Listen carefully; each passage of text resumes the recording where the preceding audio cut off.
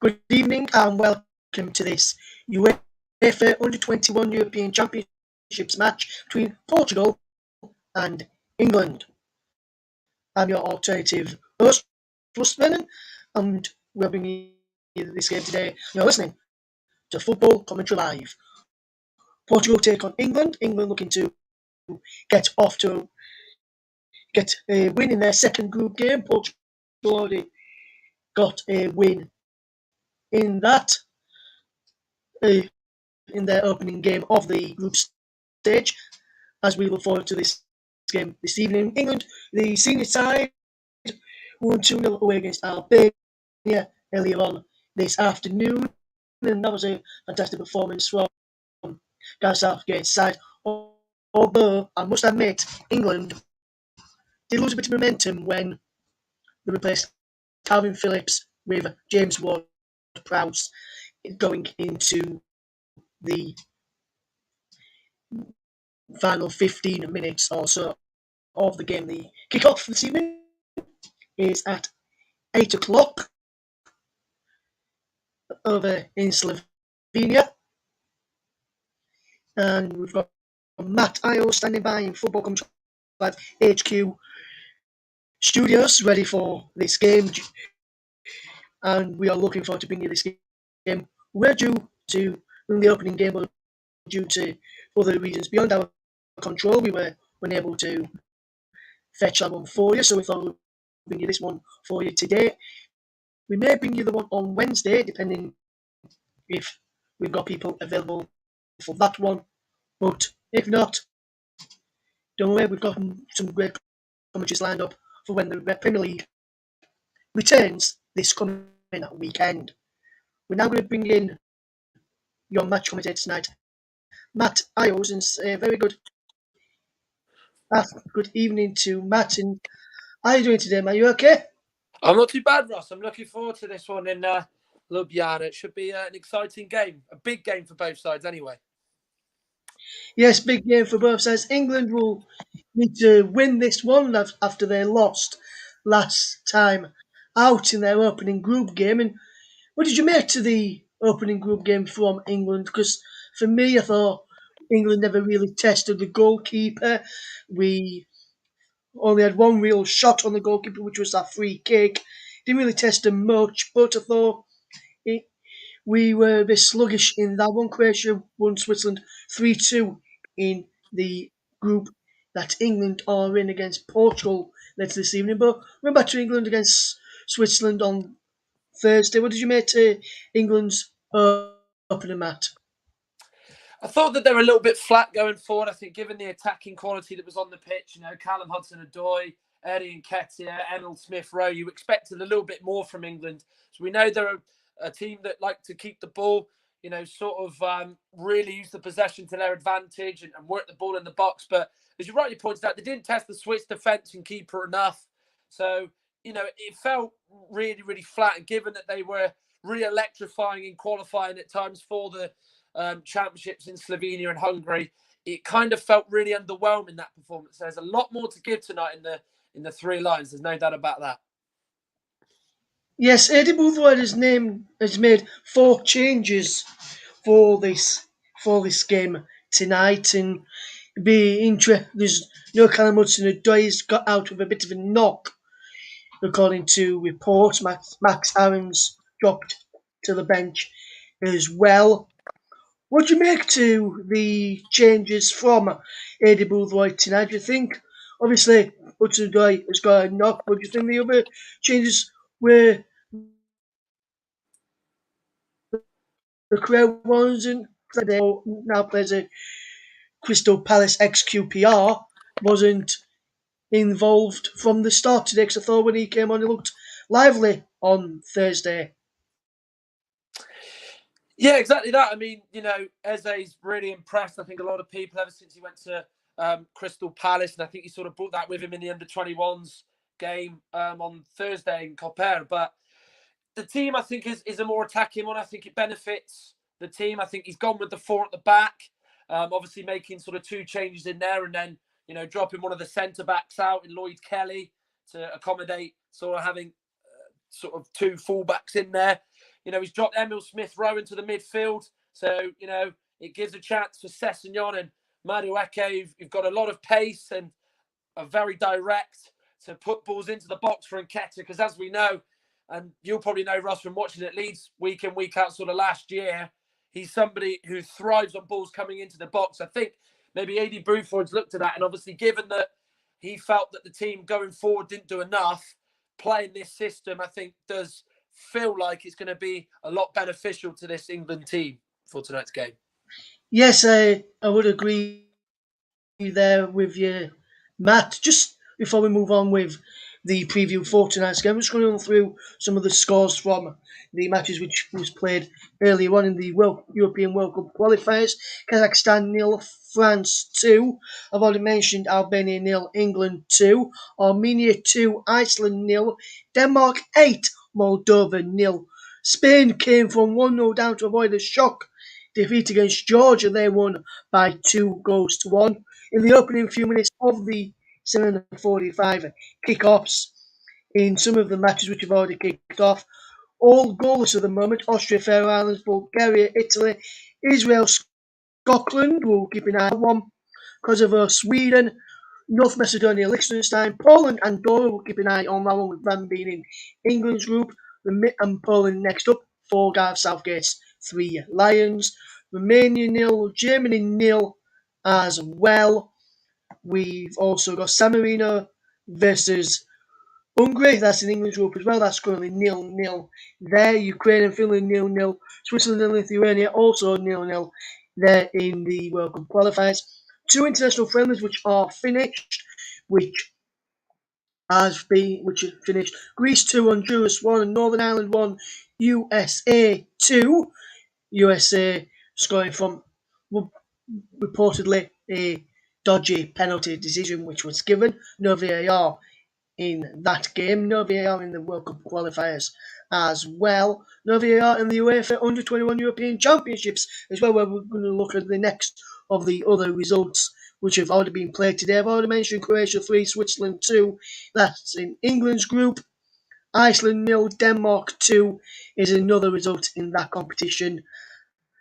And in the CONCACAF World Cup qualifier, Aruba 0, Suriname 6, with Rotherham United loanee winger Florian Josefzoon amongst the scorers on his debut. 1 game and 1 goal there. In the Australian A-League, Wellington Phoenix lost 1-0 to MacArthur FC, and Adelaide United beat Sydney FC by a goal to 0. We'll keep you up to date with all the World Cup qualifiers that's being played this evening and the other under-21 matches as and when we can. There's been a goal in the North Macedonia game, and Enis Bardes put North Macedonia 1-0 up against Liechtenstein after 7 minutes in that game. And some big results in their match from the World Cup qualifiers already. Germany playing late this evening, or playing later today, but Spain almost got a shock defeat. I only just won that. How do you think the manager for Spain would be after that? After seeing his side come from a goal down to win 2-1 this afternoon. Well, I think his heart rate would have stopped skipping a beat or two. I think after that, I mean, it would have been a seismic shock, wouldn't it? I mean, the World Cup qualifiers have really thrown up a real surprise. I mean, obviously we had Turkey beat Netherlands, which was a real surprise. Ronaldo's goal that never was. So, it was Georgia. It felt like took them all the way. And as we know, they went in front. It's going to be hard to keep Spain quiet for such a long time, but it shows resilience. It shows guts, and fair play to Luis Enrique's Spanish side to really up against it, under the microscope, under pressure to score. They went and got the last-minute winner courtesy of Dani Olmo, the RB Leipzig winger. Yes, they did, and for whatever reason, from the sounds of what I've heard earlier this evening, Spain were never reporting. If you look at the game against Greece, which they had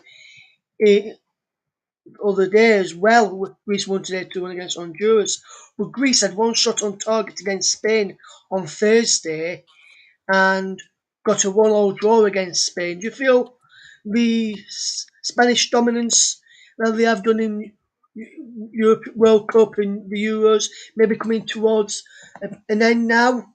Matt, or do you feel they've still got something to offer? I think you're always going to fancy Spain to be a force in European football and in any World Cup competition or any capacity for a major tournament. They're not the side they used to be. Everybody knows that.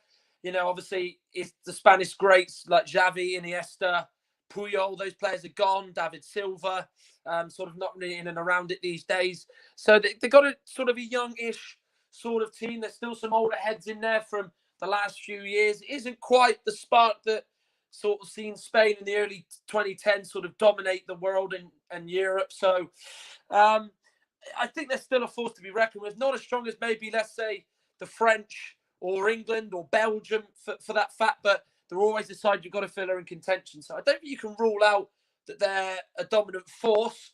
They're certainly not going to be favourites going into the Euros, but you know, maybe they've had their day of dominance, but they'll probably come back. They're still a force to be reckoned with for me. Yes, and I was listening earlier on this evening while I was just having a bit of food before we came on air this evening, and the reporter for Spain on the radio, which I was listening to earlier on, said David De Gea's been dropped down to the second choice goalkeeper now for Spain. Do you feel it's time? Do you feel he should still be the number one, or do you think his time as Spain number one should come to an end now, Matt? Before, as I know the teams are just coming out for the under-21 game. I Just think quickly on he's that one, still. I please. think he's still Spain's best goalkeeper. So for me, I think you still keep him in. I think he's still got a lot to give. Still a keeper who's very consistent. So I think for me, he's still the number one for Spain. Yes, right now the players are out, ready for kick-off. So what I'm going to do, I'm going to hand over to Matt Iles to guide you through the first period. Thank you very much, Russ. The national anthems are about to take place here in Ljubljana.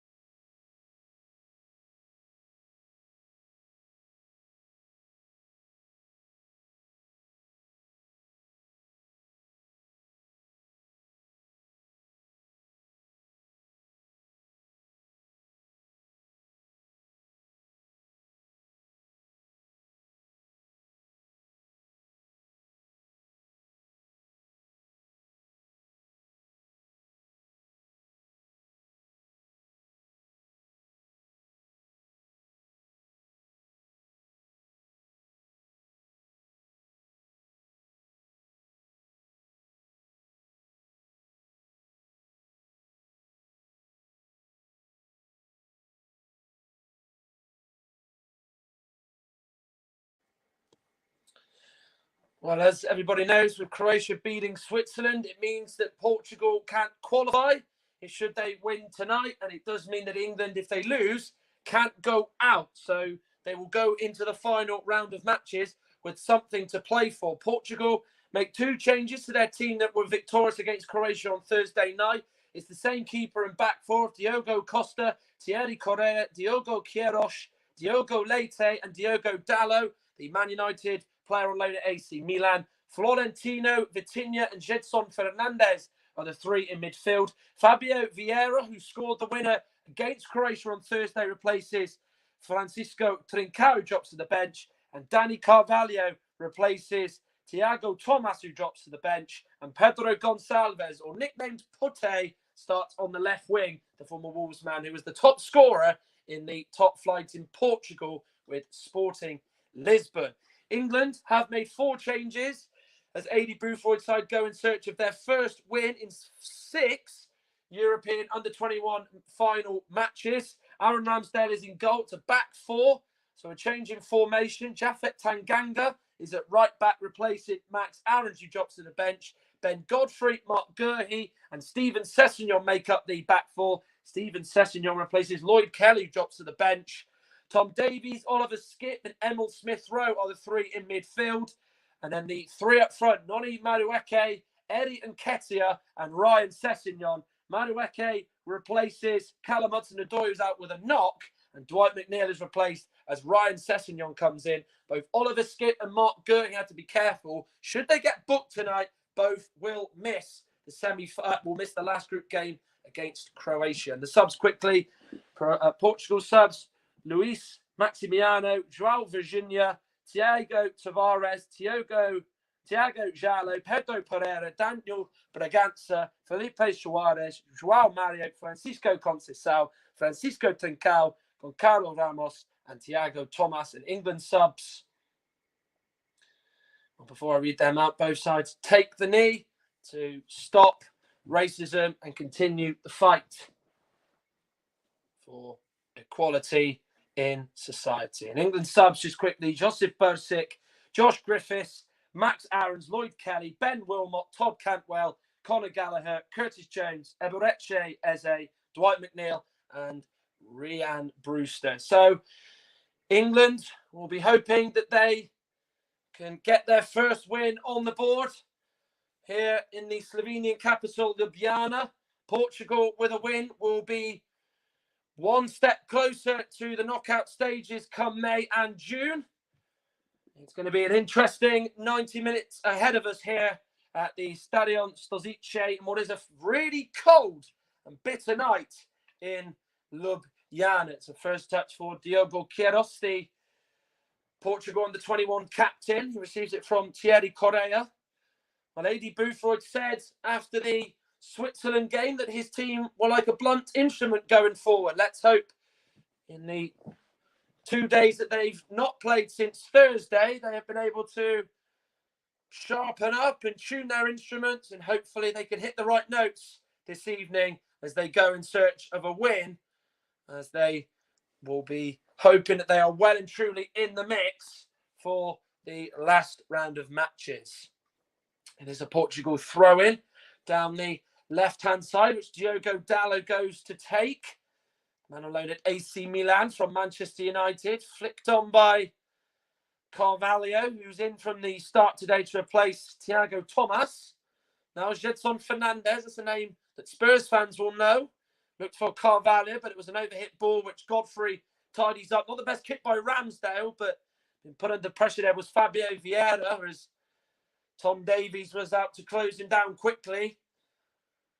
And then Queiroz's pass is found Diogo Leite, who now gives it to Carvalho, the big striker. He plays it down the line. He was fouled by Davies. The French referee, Francois Letezier, carries on. Here's Vieira, gets the shot away. Godfrey in the way of it.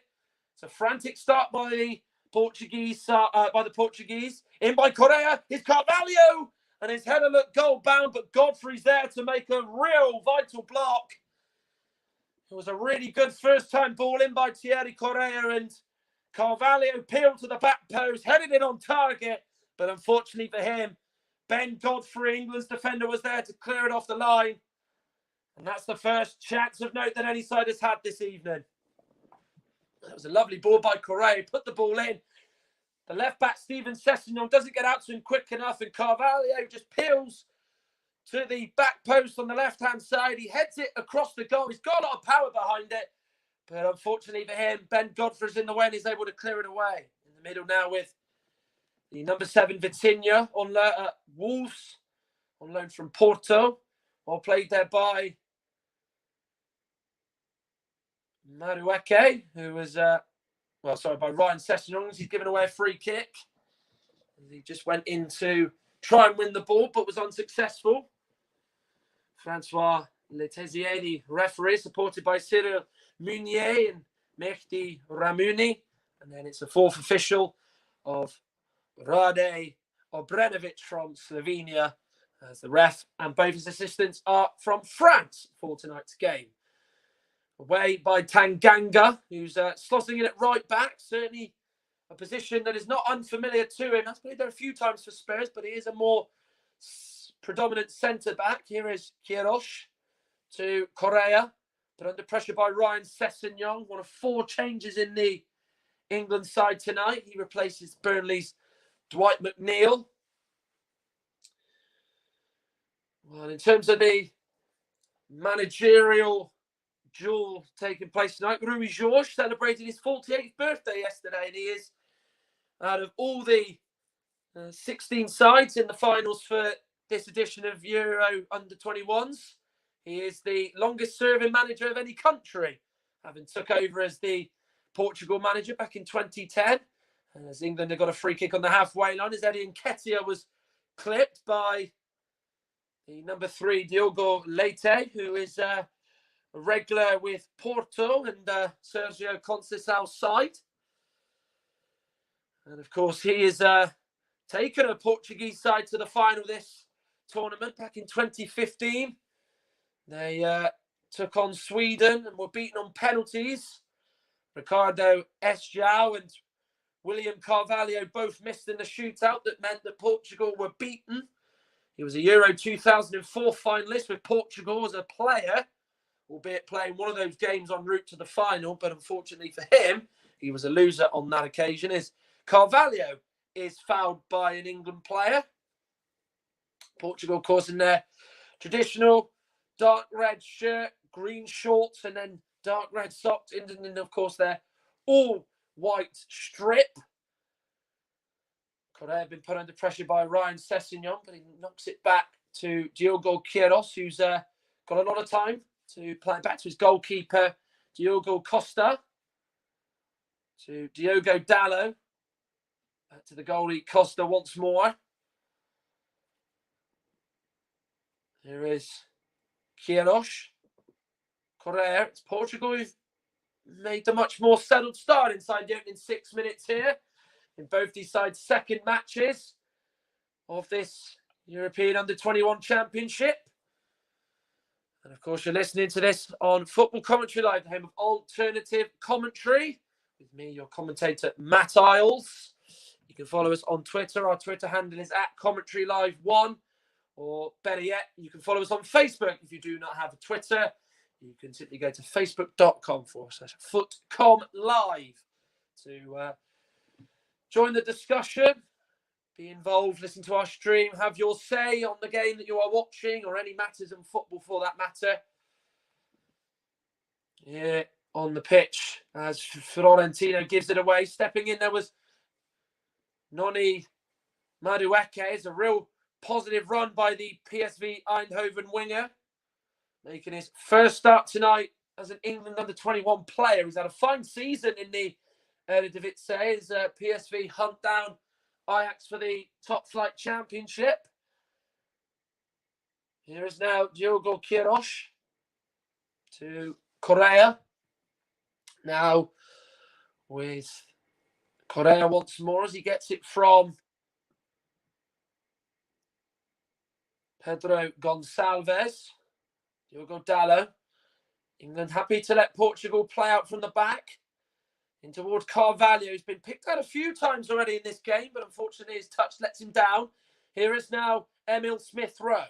Now Ryan Sessegnon. We know what he's capable of as he's got that burst of pace and good delivery. Here is Steven Sessegnon. Gets it back from Emil Smith-Rowe. Smith-Rowe has it once more by the left-hand byline. Looks to pick out Madueke and Nketiah, but it both sails over their heads and goes out of play for a Portugal goal kick. But it's the first time we've seen England in and around Portugal's 18-yard box this evening here in Ljubljana, with the game still 0-0 after 8 minutes.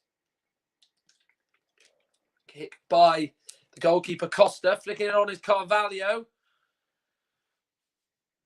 Trying to get in behind was Gonçalves. Here's Vieira, the man whose goal against Croatia separated the two sides on Thursday night. He lets it run out of play for a throw, and it was headed out by Ben Godfrey, the Everton defender. Dalot inside England's half. Now Vitinha has it in the middle to Florentino on loan at Monaco from Benfica. He's been attracting interest from Premier League sides in the last few months. Such has been the value of his stock. Here is Vitinha to Diogo Leite.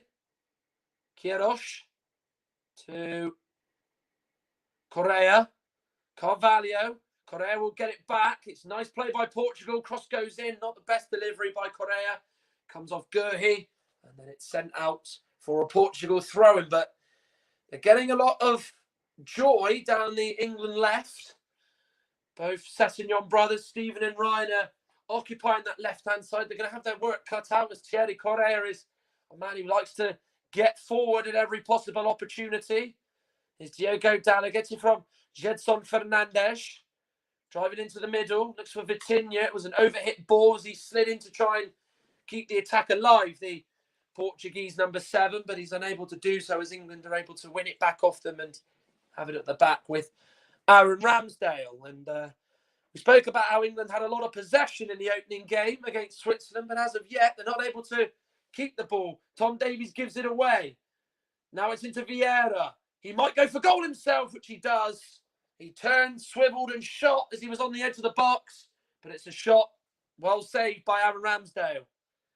It was laid into him there on the edge of the box. It was good feet by Gonçalves. It comes to Vieira. He's on the edge of the box. He turns, he tries to curl it, but it's just too straight and straightforward for Aaron Ramsdale. But it all came about from a really poor pass from Tom Davies, and England can't afford to do that. Here's Noni Madueke, looked for Japhet Tanganga, but is unable to pick him out. Davies to Eddie Nketiah, who's offside and is wearing the captain's armband for Elie Bufroid's side tonight. Well, he was absolutely superb in qualifying for these championships, was Eddie Nketiah. He scored twice against Turkey, twice against Albania. He scored 2 hat-tricks along the way away in Kosovo and at home to Austria. 16 goals in what is his 16th cap for the under-21s.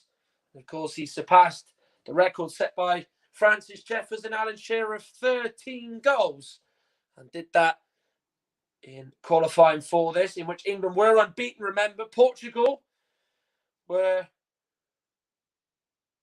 winners 9 times out of their 10 group games. They were in a group alongside the Netherlands, who of course are in this tournament.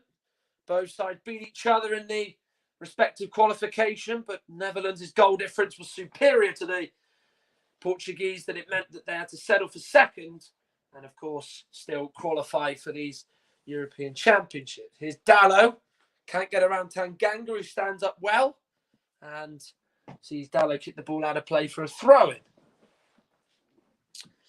Well, if you didn't already know, Croatia beat Switzerland 3-2 in a game that Croatia were 3-0 up in. So it means going into this game tonight in the Slovenian capital, England won't be out of this tournament after tonight if they lose, and it won't mean that Portugal will go through. So what it does do, that it can mean England can win tonight, and it really opens this group up and keeps everybody guessing, and it means that everybody has something to play for in the final round of matches on the last game on Wednesday. Ryan Sessegnon is the man who could look forward from Stephen Sessegnon's throw-in.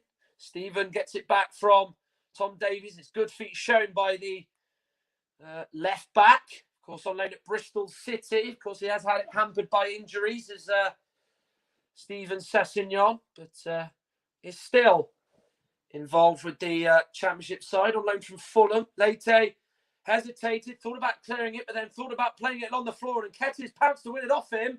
He drove into the Portuguese box, and it was good defending by Diogo Dalot, but that moment of uncertainty that just crept into Diogo Leite's head has forced England to have a corner.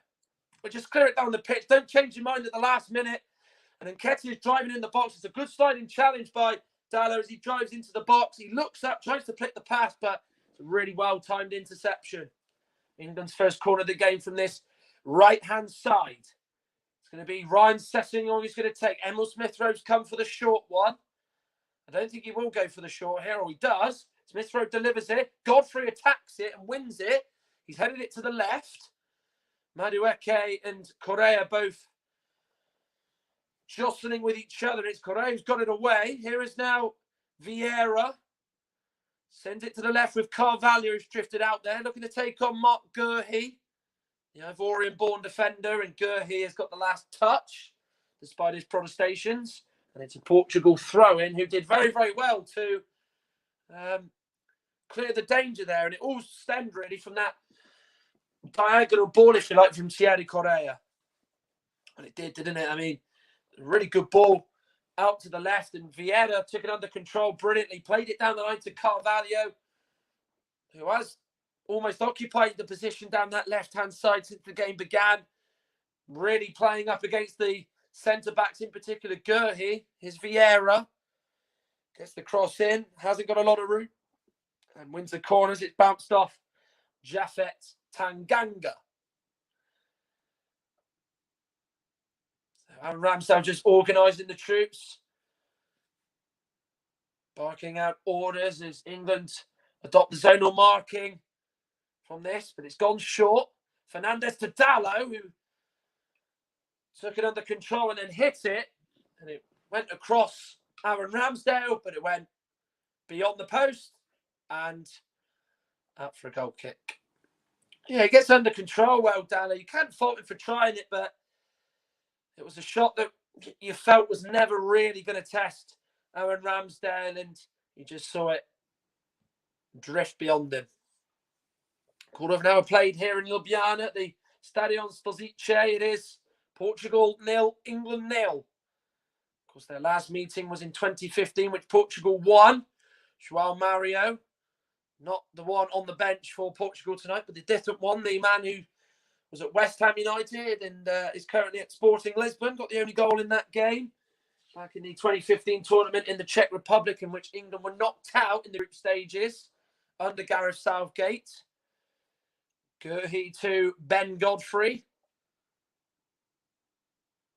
There's a lovely ball out to the left. Steven Sessegnon knocks it to Ryan Sessegnon. He tried to give it back, but he fell on his backside as he tried to do the give and go. Portugal come away with it. Vieira with a lovely turn and spin.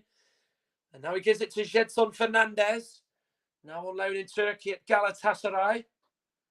After his 12 months in North London was cut short.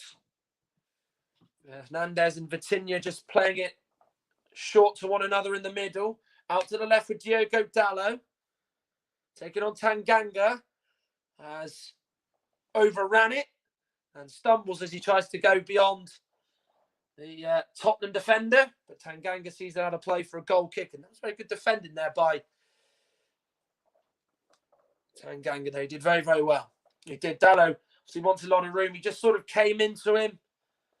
Just forced Dalot to just try and flick it round him. But he overhit it, of course, and meant that he kicked it out for a goal kick. Davies and Florentino both competing. Florentino won that aerial battle. His pass looking for Gonçalves is headed out by Gurhey as well. And who anticipated that well to head it away. Now Oliver Skipp, man who's excelling on loan at Norwich in the Championship from Tottenham. Gurhey, another man on loan in the Championship with Swansea. Of course, they're looking to hopefully join Norwich in the Premier League. Of course, Norwich's promotion isn't guaranteed yet, but there is that feel that they are going to be in the Premier League once again. Here is Gurhi. Plays a lovely ball out to the right. Finds Tanganga. He's practically just stood on the touchline on that right-hand side. As England, for the first time tonight, have a good spell with the ball here. First touch was poor from Davies, but they win it back after Portugal can't clear their line. But Davies loses it out once more, as it's good defending in there by Fabio Vieira. Kick high by Diogo Leite. Headed on by an England player, then headed away by Diogo Queiroz. Now Gedson Fernandes. Can't get around Oliver Skipp, who wins it back. Both sides struggling to retain the ball in just the last 30 seconds or so. As now England have it down the left-hand side with Steven Sessegnon. Here is Tom Davies spraying the ball out to the right.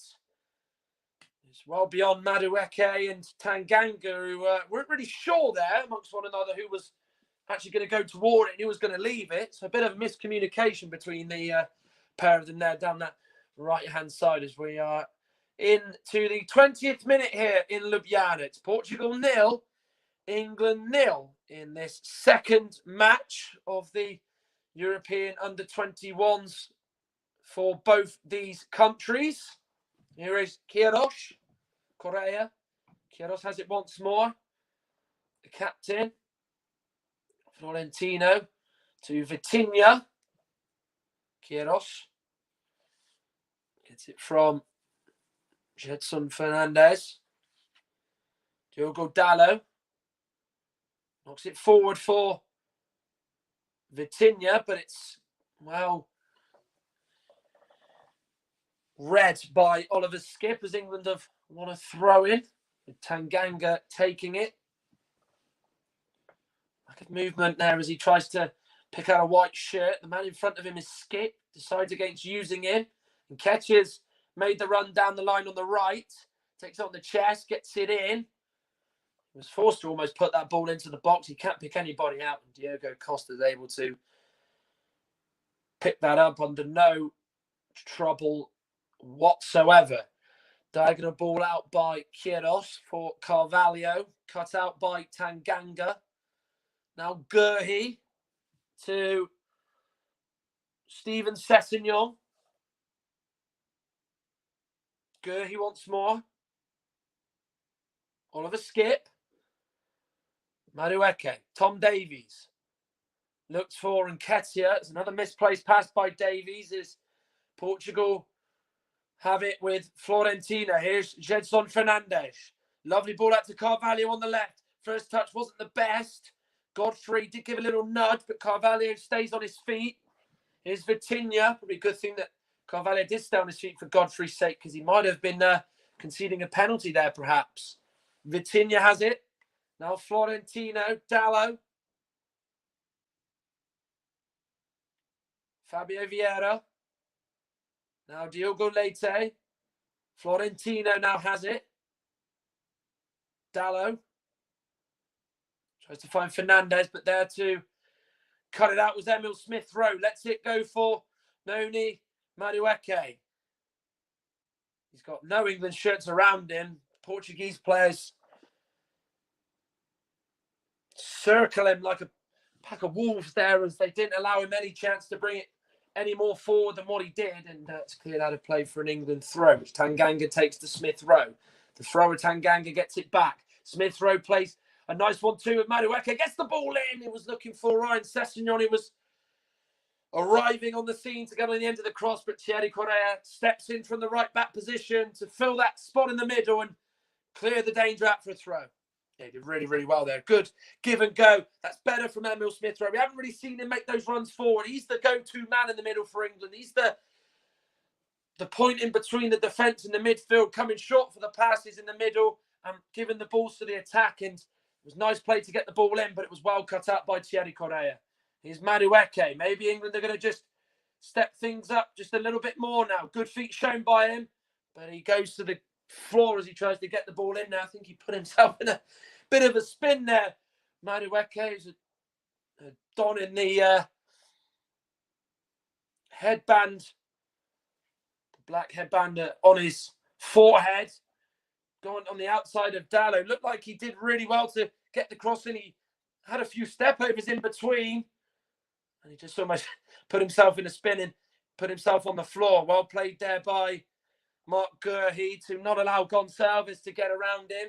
He's a man that you don't want to give a chance to. He's got 15 goals in the Portuguese top flight this season. Is the top scorer for Sporting, and of course, going for the title in the Portuguese top flight. And Nketiah holds off the advances of Diogo Queiroz. Ryan Sessegnon to Tom Davies. And Nketiah is fouled by Queiroz, who pushed him in the back. And Francois Texier says free kick to England. He doesn't need to issue a booking.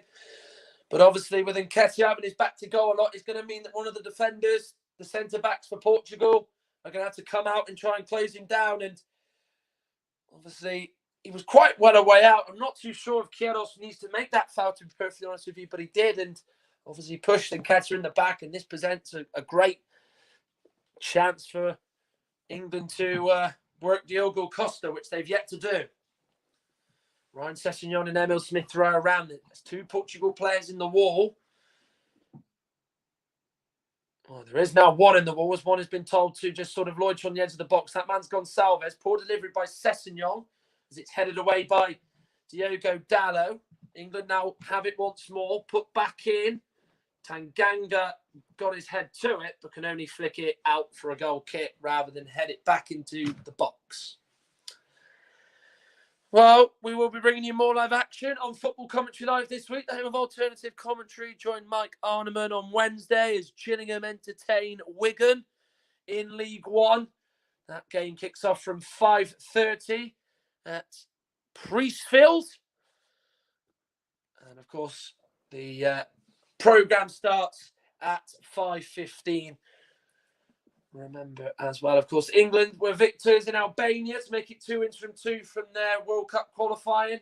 Harry Kane and Mason Mount were the scorers for Gareth Southgate's side, who go to Poland on Wednesday, hoping to make it 3 wins from 3 in what is arguably their toughest test of this World Cup qualifying group. Ball by Nketiah finds Sessegnon right on the left-hand byline. Correa's done just about enough. He stands the cross up. Sessegnon manages to get it in, but it's not taken down or flicked on by any white shirt as Portugal are able to bring it out. Carvalho does well as he brings Godfrey out, and now he's just almost got to scramble back to get back in position. Fernandes tries to find Vieira. Really good defending by Oliver Skip there to defend that well there as he's cleared it out for a throw. And that took a lot of tracking back to do that from Oliver Skip. So hats off to him for that. Throw-in taken by Portugal. Vitinha, of course, this week announced that he's going to be expecting his first child with his partner. So congratulations from everybody at Football Commentary Live. It is a special moment being a father for the first time. Here is Diogo Queiroz, who plays his club football for Malicão in the Portuguese top flight. Gonçalves crosses in, bounced off Mark Gurhey. So it's bounced off Ryan Sessegnon rather, and it's gone for a Portugal corner inside 27 minutes. Neither keeper's been worked yet. It was only that header from Carvalho very early in the game that any side has had any sort of whiff of a chance. England have done well to sort of just keep them back. Their shape's excellent, to be fair. Both sides, both have got that little bit more to give. Corner's taken shot by Gonçalves. Correa gives it back to the corner taken Gonçalves. His cross in there has bounced off the thigh of Eddie Nketiah, as then it's headed away by an England player on the edge of the box, and he's headed it out that far that it's gone out for a throw-in down the left-hand side, well away from the danger. Dallo to Vitinha. Gedson Fernandes.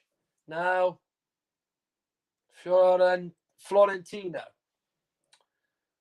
Queiroz. Diogo Leite. Vitinha. Florentino. Vitinha has it once more. Now the Portuguese to try and step it up a couple of yards with their passes, but it's defended well by England. As Portugal now have the ball inside their own half. You're not seeing England going after Portugal. They are happy to allow them to keep it at the back, as I alluded to early on, I should say.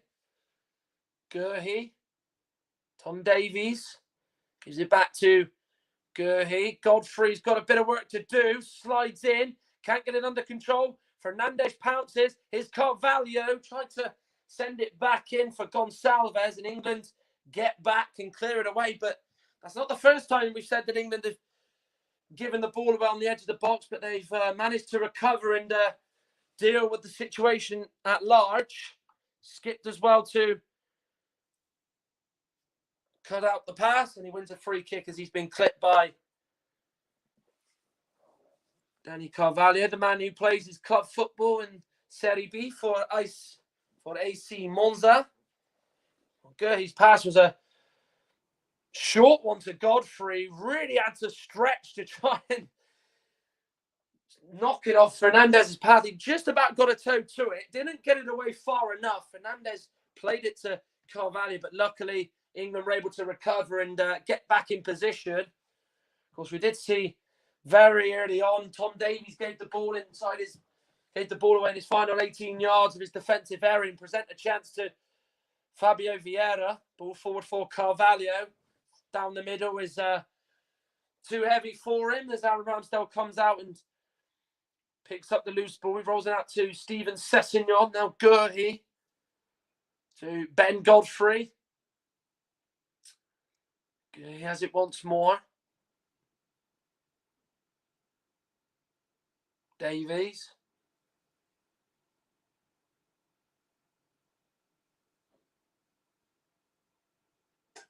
Lovely ball out to the right by Gurhey, or it looked at first glance anyway, over the head of Tanganga, and Portugal got a throw. Same old problems really, isn't it, for England? They're having a lot of the ball in this game, but not really sort of going anywhere with it. And, you know, when they have had the ball, they've not done enough with it. There's a lack of movement. You don't really see anyone sort of coming short. Your Davies or your Skips. I mean, Gurhey and Godfrey have, in this first half, had so much of the ball at the back. It has been a game where both defences have been so comfortable allowing to bring it out. Correa now to Vitinha. Florentino. Vitinha once more. Dallo is who he finds down the left. Vitinha has it in the middle. Florentino to Leite. Vitinha been put under scrutiny by Tom Davies, but Portugal were able to knock it back to Diogo Costa, who sends it forward, looking for Carvalho. That's a lovely back heel to set Fernandes away, who gets away from Oliver Skip, stands the cross up high, is taken down, or could have been. And Gonçalves tried to shoot. Correa got the shot away. Well saved by Ramsdale, and then Godfrey denies Carvalho from scoring there, but Portugal almost took the lead there. Yeah, Fernandes gets the cross in. Gonçalves, you'd think, was going to take it down, but he just hit it on the volley, and then Correa latches onto it, and it's a really good strike, head over the ball, good power. Ramsdale punches it, only pushes it to the right, and then Carvalho's arriving, and it's just put out for a corner by Godfrey. Good defending from Godfrey on the rebound, but worrying signs are there for England. Corner in by Vieira to the edge of the box. It's well struck. Good save by Ramsdale, and then Florentino puts it wide. The flag is raised on that side, but it went out to the edge of the box. It was really well struck by, I think it was Gonçalves, actually, who caught it so sweetly, of course, just a few moments before he attempted the acrobatic volley in the England box and miskicked it. But this one, he was able to make good contact with it, got the shot on goal. Ramsdale saw the ball amidst a crowd of bodies, got and made a save down low. Only parried straight to Florentino, had the Monaco midfielder put the ball in the net. It wouldn't have counted anyway, but Again, England just fast asleep from that set piece as Portugal go closer. It's just on the edge of the box, isn't it? I mean, it's just allowed to drift there, isn't he? Almost just no one for England sees him. It's a really good effort. Gets a hold of it well. Always difficult for a keeper in that situation. You don't know where the ball's going to go. You just have to hope that you can just save it. But luckily, obviously, there wasn't a lot of bodies in his eyesight, so he was able to push it away. But that is another chance that England have given away, and they can't give away too many more. 11 minutes of the second half, the first half to go. Portugal 0, England 0. Portugal, within the last few minutes, probably should be leading this game, but thanks to Aaron Ramsdale making 2 good saves and a Ben Godfrey clearance early on in the game, it has kept it at 0-0.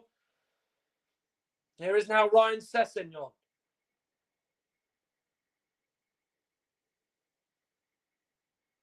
Lovely ball through to Emil Smith-Rowe. Diogo Costa comes out and spreads himself and is able to stop Emil Smith-Rowe playing the ball through. And Costa takes it quickly. Well cut up by Gert. He plays it along the floor to Tanganga. Now to Noni Madueke. Tanganga was looking to be on the receiving end of that pass from Madueke, but unfortunately for him, he was unable to find anybody. But Sessegnon played the ball through to Emil Smith-Rowe, and Costa just sort of came out and he just put Emil Smith-Rowe right off. And obviously you can see what he's trying to do, play it across to find Nketiah. But to be fair, Costa just cut the angle brilliantly. You're listening to Football Commentary Live, the home of alternative commentary. Second match for both Portugal and England. England came into this on the back of a 1-0 loss to Switzerland in their opening game of these championships in Slovenia and Hungary. The game, of course, was staged in Koper.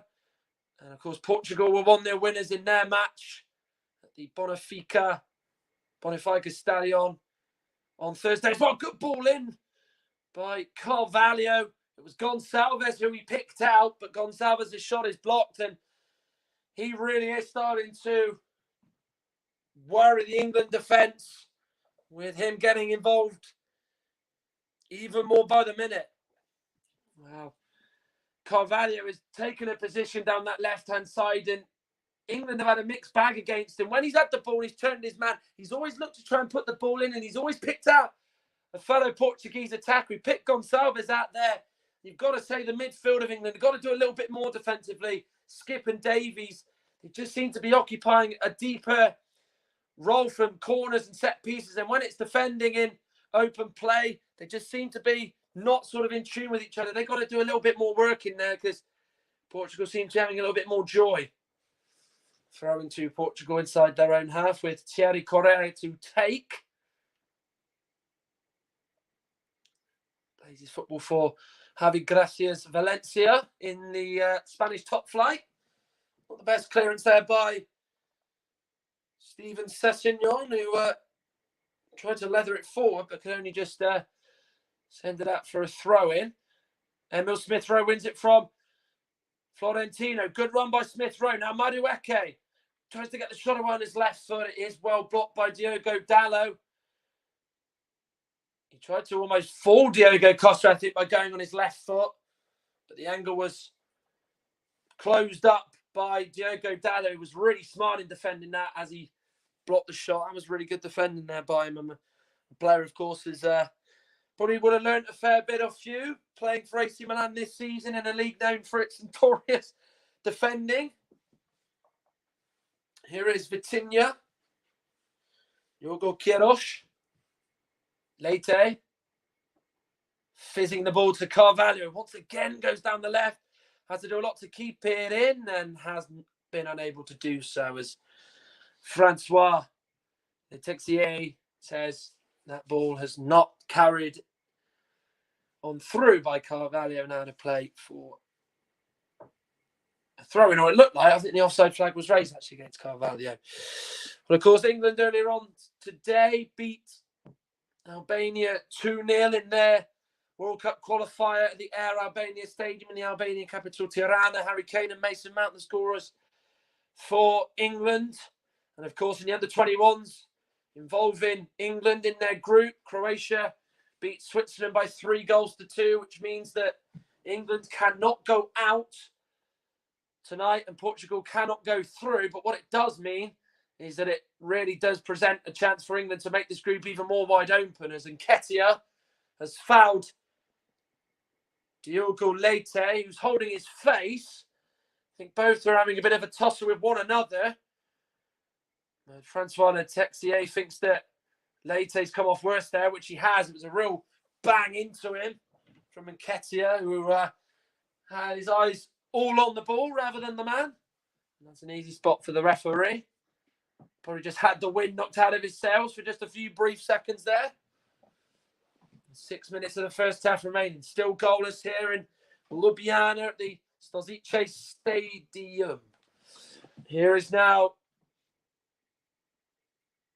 Madueke, well defended by Portugal's midfielder Florentino.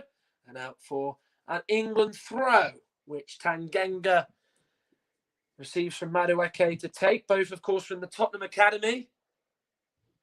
Of course, Madueke made the move to go to Holland with PSV Eindhoven. Of course, Tanganga, of course, stayed and was given his debut by Jose Mourinho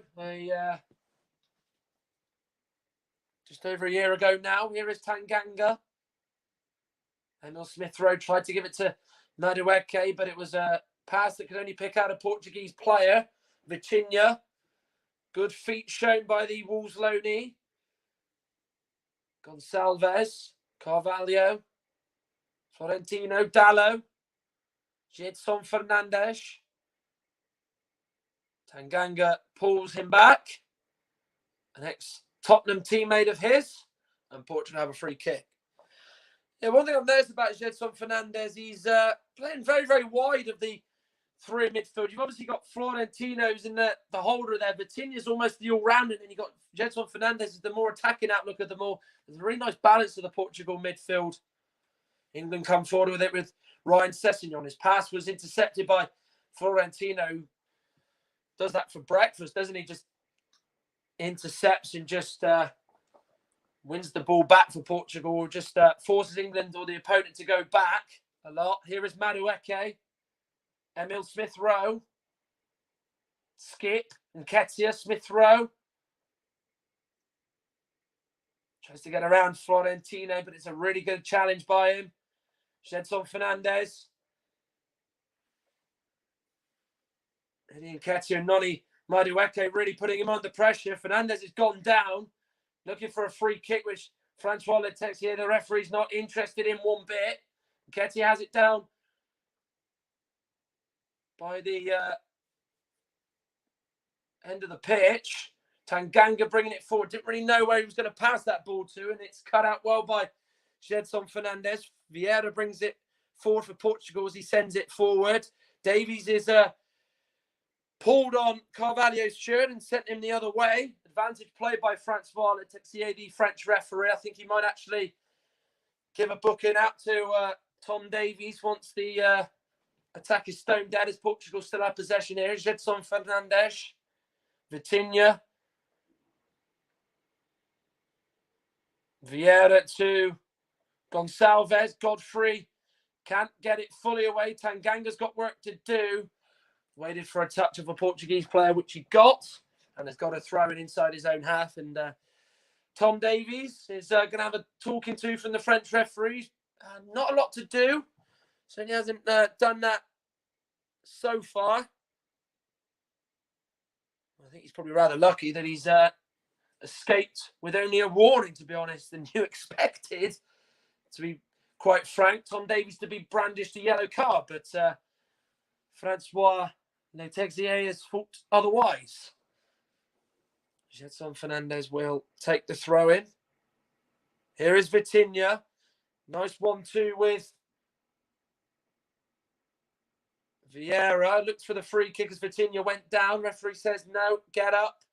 As play continues, Florentino to Thierry Correa. Excuse me.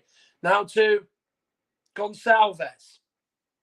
Knocks it back to Florentino. Now Diogo Leite. up from the back, as is Diogo Dallo. Gedson Fernandez stumbles as he tries to carry the ball just a few yards, as England are able to win it off him. Cleared by Tanganga, and Ketia to Oliver Skip. Runs away from Vieira as he's fouled. Free kick taken quickly by Skip. Davies now to Steven Sessegnon. His brother Ryan is alongside him. Ryan Sessegnon gets the ball and it's cut out by the Portuguese defence. England still have it on the left with Steven Sessegnon. Ryan Sessegnon. Now Steven once again. Now with Mark Gurhey. Steven Sessegnon has it once more. Here's now Ryan Sessegnon. Looks to give it back to Steven Sessegnon, but it's defended well by Portugal, and in particular Thierry Correia, and they've won a free kick. Is Ryan Sessegnon, I think, was putting on the shirt of Florentino there. That was what the referee thought, but that would have been a bit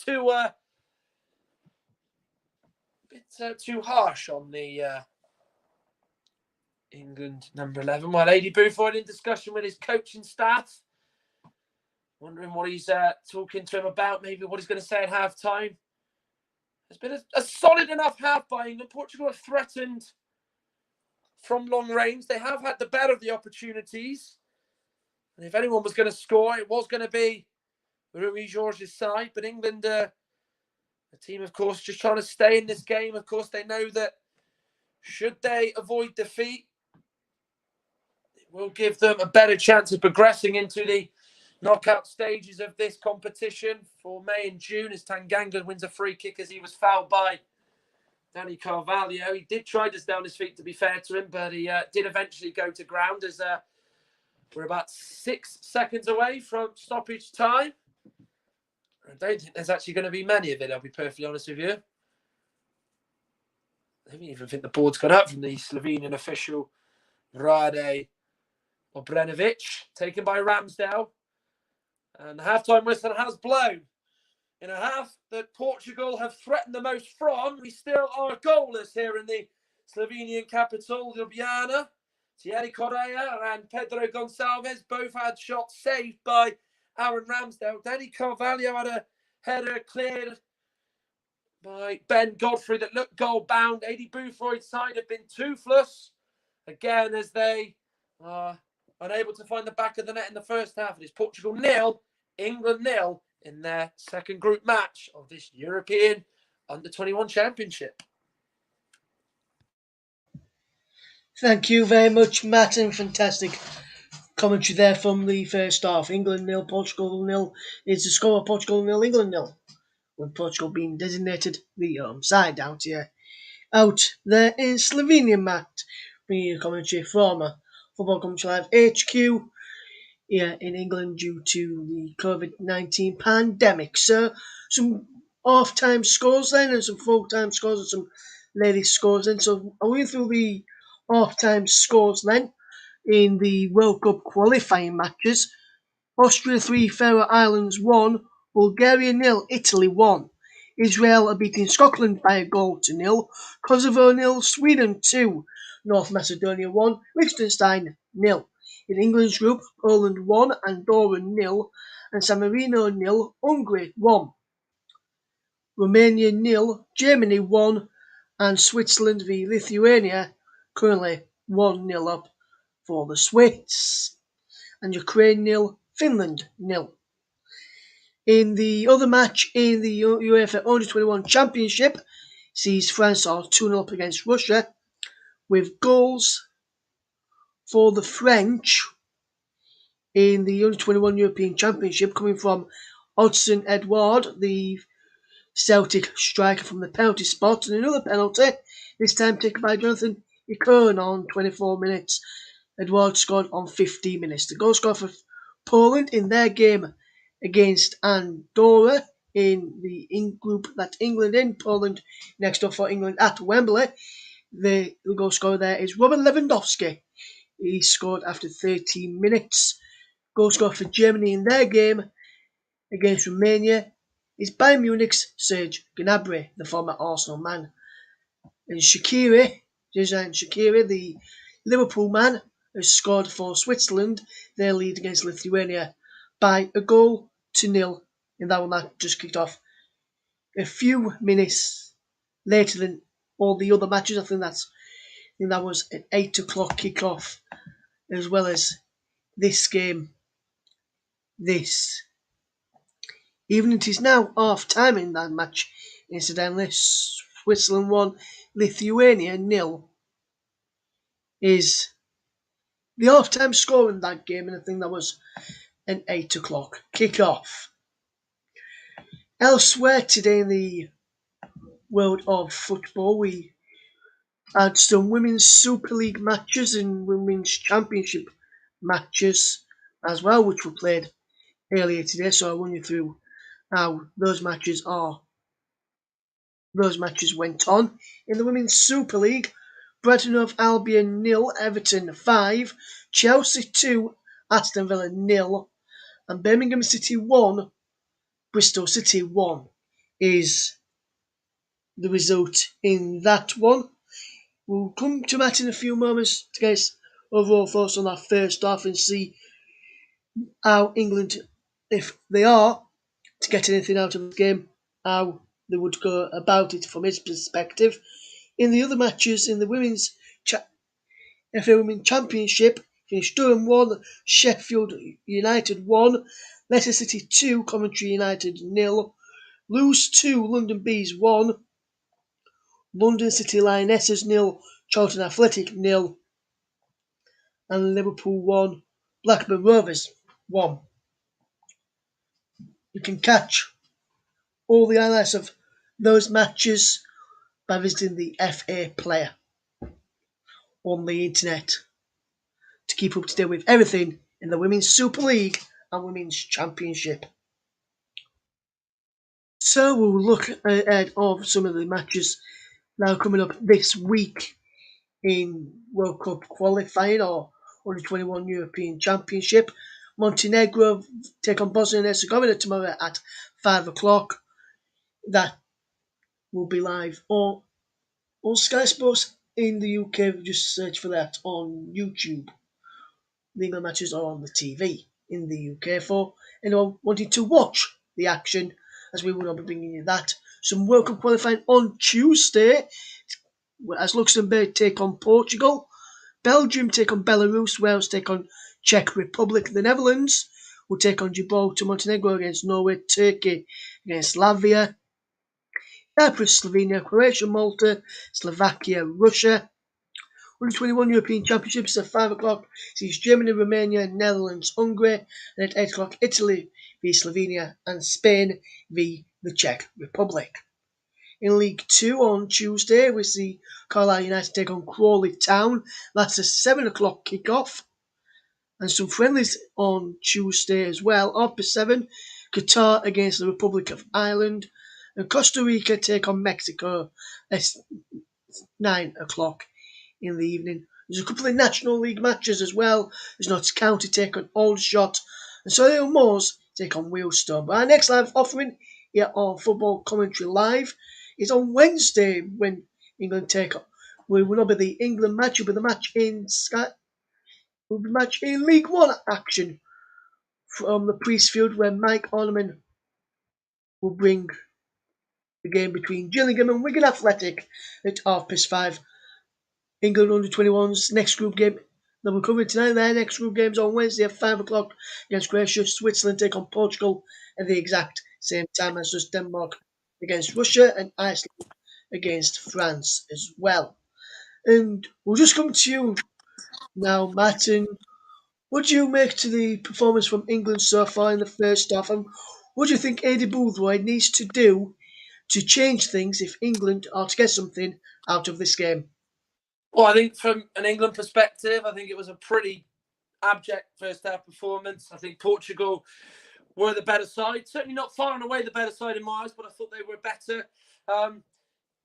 The possession stat told themselves. I think they had nearly 60% of the ball. The chances they had, England, sort of invited it. They gave the ball away in real cheap areas. So they've got to try and, not give Portugal chances or any opportunities to score and work Aaron Ramsdale. I think for me, they haven't been high enough up the pitch. I mean, obviously, Eddie Nketiah's kind of real lonely figure up there. It's not been ideal for Ryan Sessegnon or Noni Madueke. They've not really been able to get in the game and influence it as much as they would have liked. So I just think that there's a bit of an unbalance at the moment in the way that England are playing. They've kept the ball at the back, and it's the same old sort of story where, they've tried to keep the ball, work it into the Portugal goal, but they've not really got anywhere with it. And I think for me, they've got a little bit more to give. And I said, sort of ending the first half commentary, they've been toothless, and that's pretty much been the story of that first half for England. For me, they've got a lot of improving to do because they barely worked Portugal in that first half at all. Yes, and if you just have a look at the bench that Eddie Boothroyd's got who can potentially change the game, he's got Dwayne Neal, a creative winger, Abirieze, a bit of creative midfielder in there as well, Curtis Jones, Ryan Brewster as well, Todd Canwell potentially as well, can get forward and create a big Conor Gallagher as well. If you were Eddie Boothroyd, Matt, obviously you're not, but if you Yeah. were Eddie Boothroyd, what would, if you were to make any changes at half time, who would you fetch on? Or would you not make them at half time, or would you leave it till around about the 60th minute before having a look and maybe changing it then, or would you be looking at changing some now? And if so, who would you fetch on out of the players I've just mentioned there? Well, I don't think for me it's as such as making a change, because I think there is enough quality on the pitch at the moment to just create better opportunities and to be more attacking. I think obviously the big one that has to come on for me is Eberechi Eze. I think he'll be a real difference. He was big influence when he came on Thursday against Switzerland. Obviously, there was a real sort of eyebrow raiser to some that he didn't start. I think he'd be the first name to come on.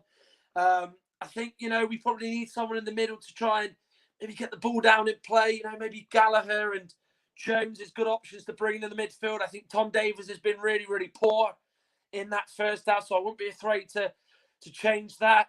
For me, Nketiah has looked, light up front, and that's not down to him. I think it's just the way that the team's been set up. So, you've got Ryan Brewster, who would love to get his first goal for the England under-21s. So he's got good options to choose from, but it depends how he approaches the second half, whether or not England come out and give a little bit more going forward, or whether or not they're just sort of maintaining the same sort of tactics and philosophy that they had from the first half. So it's going to be quite interesting to see what he does, but I don't think I'd make any changes straight away. I would, do the classic, bit of a cliche, but give it 15, 20 minutes, and then if things aren't changing and it's the same old as it was in the first 45, that's when you bring the changes in there, start to tweak things. Yes, I mentioned as well in there, which Todd Canwell is being creative for Norwich this season, getting around supporting the strikers. Do you feel safe? We still need a goal, and say you mentioned Eze probably be a first one. Would you look at someone like Todd Canwell who can create as well as Gallagher and Jones as well? Would you potentially look at him and fetch him on? Absolutely. I mean, obviously, Emil Smith-Rowe is sort of playing in that position where Todd Cantwell obviously plays for Norwich tonight in Ljubljana. But I think with a player like Cantwell, I think if he comes on, you need to kind of change your game. I feel that with Smith-Rowe, he didn't get the ball enough in the game. He didn't go far forward, so he's kind of had his attacking role sort of really restricted, and he's almost occupied that number 8 role, which I don't think he's really sort of used to playing. That you watch him at Arsenal, he's high up the pitch, he's linking the attacks up, and he's playing the ball quickly. So I think they need to just try and change the tactic side of things in that respect. But yeah, Todd Cantwell's a very good option from the bench. I mean, for Norwich in particular, you see him and Emi Buendia sometimes. They very much sort of swap the positions around sometimes. So Cantwell will go to the right, and then Buendia will go in the middle. They just sort of float around and be very flexible. And I think maybe that's what Boothroyd might look to do as the game sort of gets on. If it's still 0-0 and there is that chance that England can go and get something and grab a winner, he might just, give those players a little bit more freedom and sort of take the shackles off them, if you like. So it would be a very good option to bring on. And I think he would certainly be one of the first subs that comes on for me, probably him and Eberechi Eze, given that first half performance, and where I think England have probably lacked a little bit of creativity and a little bit of drive going forward. Yes, we have looked to be England. Obviously, have looked to be dry going for, not really creating much. They've not really tested Costa much in the Portugal goal. A bit like the first game against Switzerland. Really, do you feel at the moment it could have a similar outcome if England continue to play like this, or would you expect England to change it and get a positive result out of this one tonight, Matt? I don't think it's too bad a result if they got a draw. I mean, obviously, as I said on a couple of occasions in commentary, they can't go out tonight if they lose, and Portugal can't go through. So a draw wouldn't be the worst result, but I think there's so much more to give in this England team. You see the quality. I mean, we see from some of these players week in, week out in the Premier League or in the Championship, just how good these guys are, in terms of the way they can play. So a point isn't a bad result, but I think they've got so much more up their sleeve that they can do. And I just feel Portugal's defence, Correa, Queiroz, Leite and Dallo have had barely anything to do. And for me, they've had a pretty easy night so far. And you'd hope that would change and he'd ring the changes, Adi Boothroyd. As you can see, that he's got those players warming up. So maybe, just maybe, that he wants to put them through their paces and get them on as quickly as he can. Yes, it does a lot from what we've just seen there on the monitor in my studio base. It doesn't look as though any of the substitutes that were on show there, like Camwell, Gallagher, in their Max Aarons as well that they showed. Doesn't like any of those will be coming on. Yeah, you mentioned give about 15, 20 minutes before making that change. Do you feel that was? Do you think that's what's running through Eddie Boothroyd's mind? See how they play for the first 15, 20 minutes, and then potentially make a change if needed. Yeah, I think he's going to think like that. I think what he'll look to do is, for me, I'd be amazed if there's no sort of tactical tweaks. I think what England have got to do, the midfield's got to play higher. I think that they've almost got, Davies and Skip almost playing as a two, so it's almost effectively a back six. And then you've got Smith Rose, got to be the go-to between the sort of defending, getting back, and the attacking when they go in the transition. That's not been there for England. They've got to push higher up. They've got to play quicker. Give it to Madueke. Give it to Ryan Sessegnon. We know how quick these guys are. We know that they want to do. They've shown those flashes. It's just about being quick, raising the tempo. Because as we know, these England players have got that in the locker. There's no doubt about it. Yes, England, that would be getting ready for second half commentary very, very soon to see Portugal getting ready to make a couple of changes ahead of the start of the second half. England are back out there as well. Looks like there's no changes from Eddie Boothroyd as well. In fact, there's one change from Eddie Boothroyd into Taylor, who's coming on for England, and the two Portuguese subs. Let's hand back over to your match commentator, Matt Iles. Matt. Thank you very much, Russ. Well, the Portugal changes are going to see Daniel Bragança and Francisco Trincao come on. The man who, of course, plies his trade in Barcelona in Spain. Florentino is replaced by Bragança. And then, of course, Trincao is going to come on in place of Gedson Fernandez. So probably an alteration change, maybe a 4-2-3-1 for Portugal. And, of course, we will see Eberechi Eze come on in place of Emil Smith-Rowe, who will come off, of course, as we know. He dazzled in that first game when he was brought on from the bench. Eberechi Eze was a surprise non-starter tonight, but he's come on and hopefully he can change England's fortune. So 2 changes for Portugal, 1 change for England as Eddie Nketiah is just a little bit too keen off the starting block, if you like, for the second half, which is finally underway at the second attempt from the referee, Francois Letexier. Portugal kicking us off, wearing their red strip, green shorts, red socks, England in all white. I'll just go through the teams now. Portugal line up with Diogo Costa in goal, Thierry Correa, Diogo Queiroz, Diogo Leite, and Diogo Dallo the back 4. It's a midfield of Daniel Bragança and Vitinha, with then the 3 of Fabio Vieira, Pedro Gonçalves, Francisco Trincao, and Danny Carvalho up front. England, Ramsdale up in goal, Tanganga, Godfrey Gurhi, Stephen Sessegnon, Tom Davies, Oliver Skipp, Eberechi Eze, Noni Madueke, Eddie Nketiah, and Ryan Sessegnon. As the ball goes in from Ryan Sessegnon, it was an overhit cross, which is gone over the head of the goalkeeper, Diogo Costa. Well, Eddie Bufroid's team did not have a shot on target in that first half, and they hope that they will change their approach in this game. Of course, remember, pre-match he said that they were playing like their attack was like a blunt instrument, and you'd expect that they would have fine-tuned their approach. And so far, they've not really hit the right notes. They, if anything, have got more blunter, and really hope that the orchestra can get louder and louder, so to speak. Here is Stephen Sessegnon with the ball forward, looking for Eddie Nketiah, a man who came into these finals with an unbelievable goal-scoring record as he hit a staggering amount in qualifying, but as of yet, in a game and a half, yet to find the back of the net in these finals. As Ben Godfrey is penalised for a foul on Carvalho, which is not the first time we've said that tonight. Is Diogo Leite, 2 minutes into the second half here at the Stadion Stozice. It is Portugal 0, England 0 in Ljubljana. Remember, Croatia beat Switzerland 3-2. That meant that there are 3 sides on 3 points. Portugal, as it stands, go on to 4. England on the 1 solitary point. Staying with Eddie Buford, he said that this is one of his biggest game of his England under-21 managerial career. Of course, he was under fire after their display 2 years ago in Italy and San Marino, in which they were out of the group stage with the likes of Phil Foden in their team, in which they were really, really poor that tournament.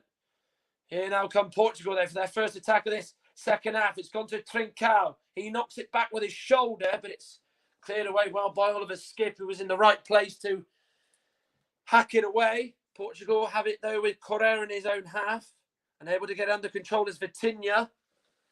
Sessegnon goes to the ground at his knees as he was trying to get away from Thierry Correa, who, of course, forced Aaron Ramsdale into a good save in that first half.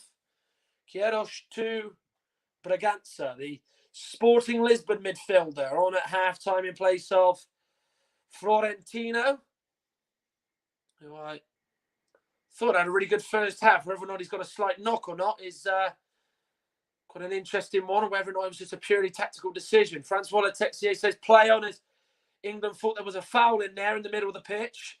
Portugal now have it down the right-hand channel with Trincao. Here is Correa. Going down under the challenge is Vieira. Referee says no. Here's Eberechi Eze.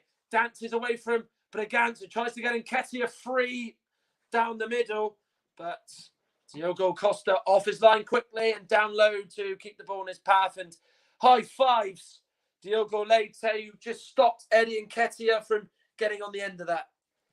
Yeah, as a defender, you're always second guessing. You just got to watch the ball, but you've got to keep an eye on your man on your blind side, haven't you? And you just got to keep it in check and make sure he's not getting the yard of pace on you. Diogo Leite stayed every step of the way with him, and that is really credible defending there from the Portugal number 3. He was a regular in the Porto side under Sergio Conceição for his club. Here is the number 17, Trincao, who was signed by Barcelona for big money last summer. Not quite had a season that he was hoping for in the Spanish club. Vitinha to Vieira.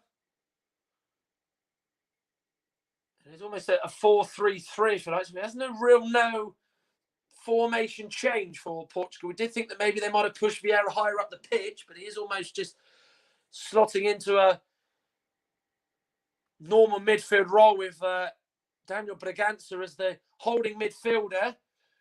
Vieira's able to shift away from Ryan Sessegnon. Correa to Trincao. England are able to get away out of a tight situation, or they thought. Davies can't get away from the Portugal midfielders. Trincao is in the England box. Goes to Correa, who's come up in support from right back. Here is Vieira. Vitinha to Correa. Vitinha once more. Lovely ball out to the left to pick out Dallo. Now it's with Bragança. Portugal pretty much doing exactly the same as what they did in that first half, which was keeping the ball and just England having to soak it up and absorb it like a sponge, if you like. Here is Vitinha right on the halfway line. Plays it short forward to number 18, Pedro Gonçalves, nicknamed Pote. Spent time as a Wolves youth player before he was sold to Portugal 18 months ago and to Famalicão. Here is now Eddie Nketiah, comes short from the pass from Marc Guehi. Nketiah is fouled. Francois Letexier gives a free kick as Correa gave a little nudge in the back on the England skipper. And Correa is going to have his name taken there. The first one of the match tonight. And it's a yellow card for the Portugal right back. So it's a free kick, central for England. Not a lot have gone forward for it. Only Godfrey's the one up from the back, and Nketiah's up there. England, I think, might be trying something that they've worked on the training ground. Eze leaves it for Davies to take. I think they might go short from this, you know. Eze does take it to Godfrey. Went forward and then almost did go back after the original plan to probably put the ball in was aborted. And then it's cut out by a Portuguese player as England have got a throw. Tanganga takes it to Godfrey. 7.5 minutes of the second half played. England goalless against Portugal here in the Slovenian capital Ljubljana, at the Stadion Stožice, the ground that England's senior team have played at twice in the last 6 years. They won 3-2 in 2015 with Jack Wilshere scoring 2 absolute belters. And then, of course, they drew 0-0 under Gareth Southgate, one of his few games he had as interim charge before he was given the top job. In which, of course, if you can remember, Joe Hart made an unbelievable save in that game. And, of course, West Ham, now about playing in this stadium, they lost here to MK Donzale in a Europa League qualifier back in the 2016-17 season, in which they lost 2-1, but won the second leg 3-0. So it is a ground that England fans know very, very well. Dwight McNeil is stripped and ready to come on as he makes his way down from the steps. The seating area, of course, which is occupying a makeshift sort of bench, if you like. And all the England players, of course, are socially distanced, sitting in their seats, taking the game in from afar. Nketiah tried to find Davies, but it was beyond him. But his Everton teammate Godfrey's able to get a toe to it. Is Tanganga marching forward. Diagonal ball is a heavy one intended for Ryan Sessegnon, which has gone out for a Portugal throw-in. So the sub will be made and Ryan Sessegnon will be replaced. His evening is done. He replaced Dwight McNeil in the starting lineup, and now he's going to be replaced by the Burnley man from the bench, who, of course, started the last game as almost a left wing back, left midfielder, and was taken off, in fact, in that game by Adi Bufroyd. Hence why, of course, he had to settle for a place on the bench this time round, but he comes on now. 9.5 minutes into the second half of this one here in Ljubljana. Here is Ben Godfrey. Back with his partner, Marc Guehi. Tom Davies, I beg your pardon. Eberechi Eze.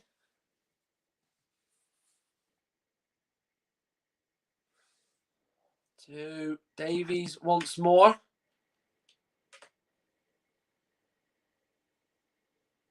Ramsdale. Lovely ball out to Tanganga. He's able to take that ball up from the sky with no Portugal player swarming round him. And then Madueke tried to knock it forward and saw the pass bounce off Diogo Dallo. Throw taken by Tanganga. Gets it back from Madueke, who's making his debut tonight for England, along with Japhet Tanganga, new partnership down the right. New debutants to add to the list, which has included some great English footballers down the last few years.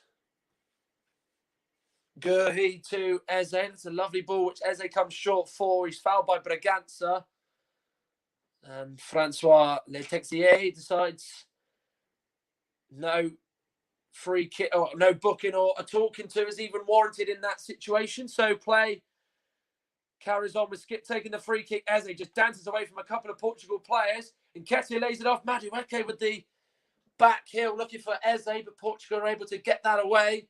Braganza now to Correa. Put under pressure by Dwight McNeil. Gone back to Diogo Costa. It was a bit of an awkward one for him to clear away, which he's managed to do. It just took an awkward bobble right in front of him just as it was heading closer toward him, but he was able to half volley it clear. Here is Vitinha. Now to Correa. Going down is Fabio Vieira. Free kick under the challenge of Oliver Skip. But that's what Eberechi Eze can do. He's come on. He's brightened things up. He's given England a bit of hope. And, of course, he gave the ball into Nketiah. He then laid it onto Noni Madueke, but he was unable to just play it back to Eze. He began the move, but could not see the ball go through to him. That's a delicious ball through to Carvalho, but it's just has too much pace on it and rolls on through to Aaron Ramsdale, who's had nothing to do so far in this second half. He was a busy boy in the first half. He made two vital saves from Thierry Correa and Pedro Gonçalves. Carvalho, a man who's a striker not just known for his goals, but his assists as much as anything else. Here's Vitinha. Vieira goes for goal here, and he's not too far away at all. You know, Aaron Ramsdale stretching. It was laid onto him by Vitinha. It was in the middle. He got a hold of it well. Flashed beyond the England goalkeeper Ramsdale, and by the grace of God has just gone over the crossbar. But that is the closest that anybody has come in this second half with 13 minutes of it gone. Just gets that little pocket of space. He's been playing down on the right for a lot of this second half. He comes in the middle there, receives it short from Vitinha. It's a good strike, but unfortunately it was off target. Tanganga's cross is headed away by Correa. Portugal just about are able to clear the danger with Leite knocking it back to Correa, who drifted into midfield with the ball there. Braganza heads it to Gonçalves. Now, Diogo Queiroz. Now, Vitinha.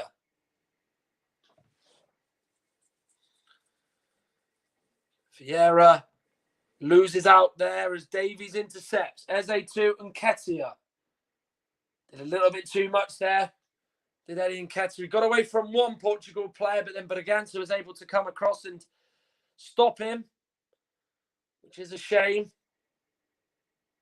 as it's not been his championship so far, and it hasn't been England's championships either, as the first quarter of this second half has been played here in Ljubljana at the Stadion Stozice. A cold night as well, in fact, in which it is goalless in this encounter. England, of course, lost their opener in Copair on Thursday to Switzerland. And going into the game, AD Buffon made 4 changes. Portugal were victors 1-0 against Croatia, the Bonafica Stadium, with Fabio Vieira scoring. And of course, that sees them looking like they want to get a second win on the board. And able to get away from Godfrey is Gonçalves, as Godfrey has carried that ball all the way out from the back into the Portuguese half. Can't find Nketiah. Making a bit of a mess of it there was Braganza, who looked like he might have fouled Madueke, but the referee Francois Letexier says no. Here is Trincao through to Correa. Goes on the inside of Dwight McNeil.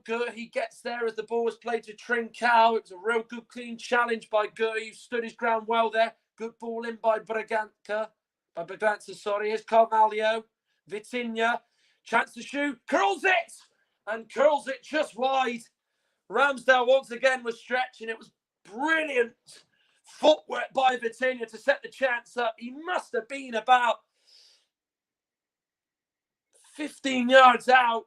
Set up to him by Carvalho. There was a bit of a gap left to Tom Davies on his right-hand side. He opened up and he looked like he'd found the corner of Ramsdale's goal. And he looks up to the sky, puts his fingers on his eyes, and he knows he was close. And Portugal, who've been the side who've had the better opportunities in the 61 minutes we've played, have gone very, very close again. And England are living dangerously here in Ljubljana. Well, they are, aren't they? It was a real sighting from Vitinha. He's had a really good night tonight for Portugal. Did really well. Just got in that middle positioning. He opened up. He couldn't be any closer. Tanganga. Noni Madueke. Good play by the PSV winger. Can he get the shot away? He can. But he went to ground as he took aim and goes over the crossbar. That's the best side at goal that England have had all night. That's what he can do. He comes in from the left, goes on the inside of Dalla and Gonçalves, who create that gap. And then the Portugal players just close him down quickly. It's a tight angle for him. He does eventually get the shot away, but I think maybe he took maybe 1-2 touches too much extra. We're going to see Francisco Conceição come on, the son of Sergio Conceição, the Porto coach, who was a very good footballer in his day as well. Euro 2000 runner-up with Portugal. And he replaces Fabio Vieira for Portugal's third change of this evening's match. Kick taken by Diogo Costa as play resumes. Conceição immediately involved and has body checked Tom Davies, and that's his first involvement in a matter of seconds. He's chasing the ball down there, just gives it on the back of Davies, who just gets in front of him. An easy spot for the referee. 63 minutes gone here. Portugal 0, England 0. You're listening to this game on Football Commentary Live, the home of alternative commentary. You can follow us on Twitter. Follow us.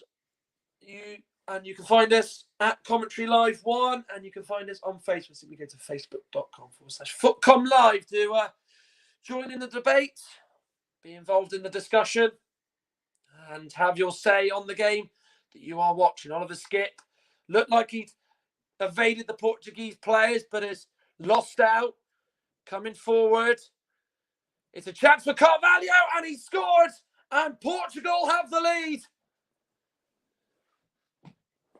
He was presented with a fantastic opportunity, which he's taken. They've kept coming and coming at Edi Boothroyd's side. And finally, Portugal have broken the deadlock as Aaron Ramsdale is beaten. And it's Rui Jorge's side who lead in Ljubljana. Portugal 1, England 0. Set up really well by the Portuguese player there. I'm not too sure who it was. It was set up actually by Gonçalves into Carvalho. Just rolls it into the corner. He gets help via the post, but he just makes that run behind Tanganga, who was stretched. He was coming back from the position, so he had so much space, and he opened up and fired it into the back of the net. Well, he got an assist for Vieira's goal, and the man who set him up is now got his name on the score sheet in a Euro under-21s clash, and Portugal are on course to make it 2 wins from 2 from this group. As Rui Jorge was delighted with that, and you would not be expecting anything less as Edi Boothroyd puts his arms across his body and shows a real glum look. As England now have got 25 minutes plus to find a goal, in which they've not really gone in Portugal's half and shown any attacking bite at all. Here is Vitinha to Conceição, but down is Carvalho. And he's gone down holding his face. Godfrey did catch him with his boot. He did go up. He didn't just catch him once or twice. It was 3 times. He sort of had an arm on the side of his face, then went into the back of him with his leg. And then as he went down, Godfrey did just catch Carvalho with his studs. As a complete accident, to be fair. And of course, it was one that was unavoidable. Well, there's more live coverage on Football Commentary Live this week. On Wednesday, join Mike Arneman as he brings you coverage from Priestfield as playoff chasing Gillingham take on relegation-threatened Wigan in League One. As Carvalho is being treated, he has got a bit of blood on the side of his face. As Ben Godfrey is also receiving treatment from the England physios in a game that's had no stoppages up until this point. We do now have one in the game. As Francois Letixier is writing down the name, I think, of Ben Godfrey for a yellow card. The first one to be shown to an England player. And Godfrey is shown a yellow card. It does feel like with England, they do wipe the floor with their opponents in qualifying. Then it gets to the major tournaments and they just don't have enough in the tank and just never really seem to crack it. They are 2-time winners of this competition. They were semi-finalists in 2017 under AD Boothroyd. Remember, they lost to Germany on penalties. 2015, 2013, 2011, they were knocked out in the group stages in Denmark, Israel, and Czech Republic, respectively. So since 2010, it hasn't been kind to England. And of course, they are looking to avoid another group stage exit in this competition.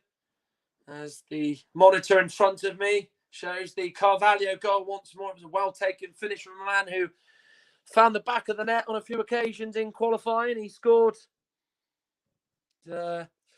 against Gibraltar, where he scored 2. He found the back of the net way against Belarus, also against Norway at home. So he is somebody that is free scorer, if you like, for the under-21s. And has got a few goals to his name for AC Monza, his club side in Italy. Play resumes with England getting a throw with Japhet Tanganga. Of course, Eddie Buford has gone to the bench twice already in this game, bringing Eberechi Eze on and Dwight McNeil. He's got Conor Gallagher he can bring on, Curtis Jones, the Liverpool midfielder, Ryan Brewster, Todd Cantwell, Ben Wilmot, Lloyd Kelly, Max Aarons are the outfielders he could bring on, along with Joseph Bursick and Josh Griffiths on the bench. Of course, Portugal have made 3 subs in Trincao, Conceição and Bragança coming on. They've won a free kick in the middle of the pitch as the referee spots a foul by an England player.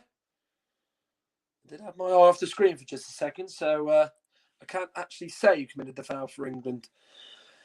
Heading into the final 21 minutes of this clash at the Stadion Sosice. It is Portugal 1, England 0. If you are just tuning into Football Commentary Live's live stream of this game from the match in Ljubljana, the only goal of the game came from Dani Carvalho. His first of this tournament is enough to give Portugal the lead against Eddie Bufroyd's England side, who go into this game winless, actually, in their last 5 under-21 matches, the last of them being that 3-0 win against Poland back in 2017. And of course, they lost the opener to Switzerland in the edition this year, 2019. They picked up just 1 point from 3 games, in which they were beaten by France, beaten by Romania, and of course drew with Croatia in that real frantic game, if you like. And then they, in 2017, lost on penalties to Germany, which denied them a place in the final. Conor Gallagher was standing and ready and waiting to come on. There was another player there as well. We'll find out who that will be, as England are going to make a double change in just a few minutes' time as Eze tries to get away from the 21, Francisco Conceição. Correa's fouled as he was,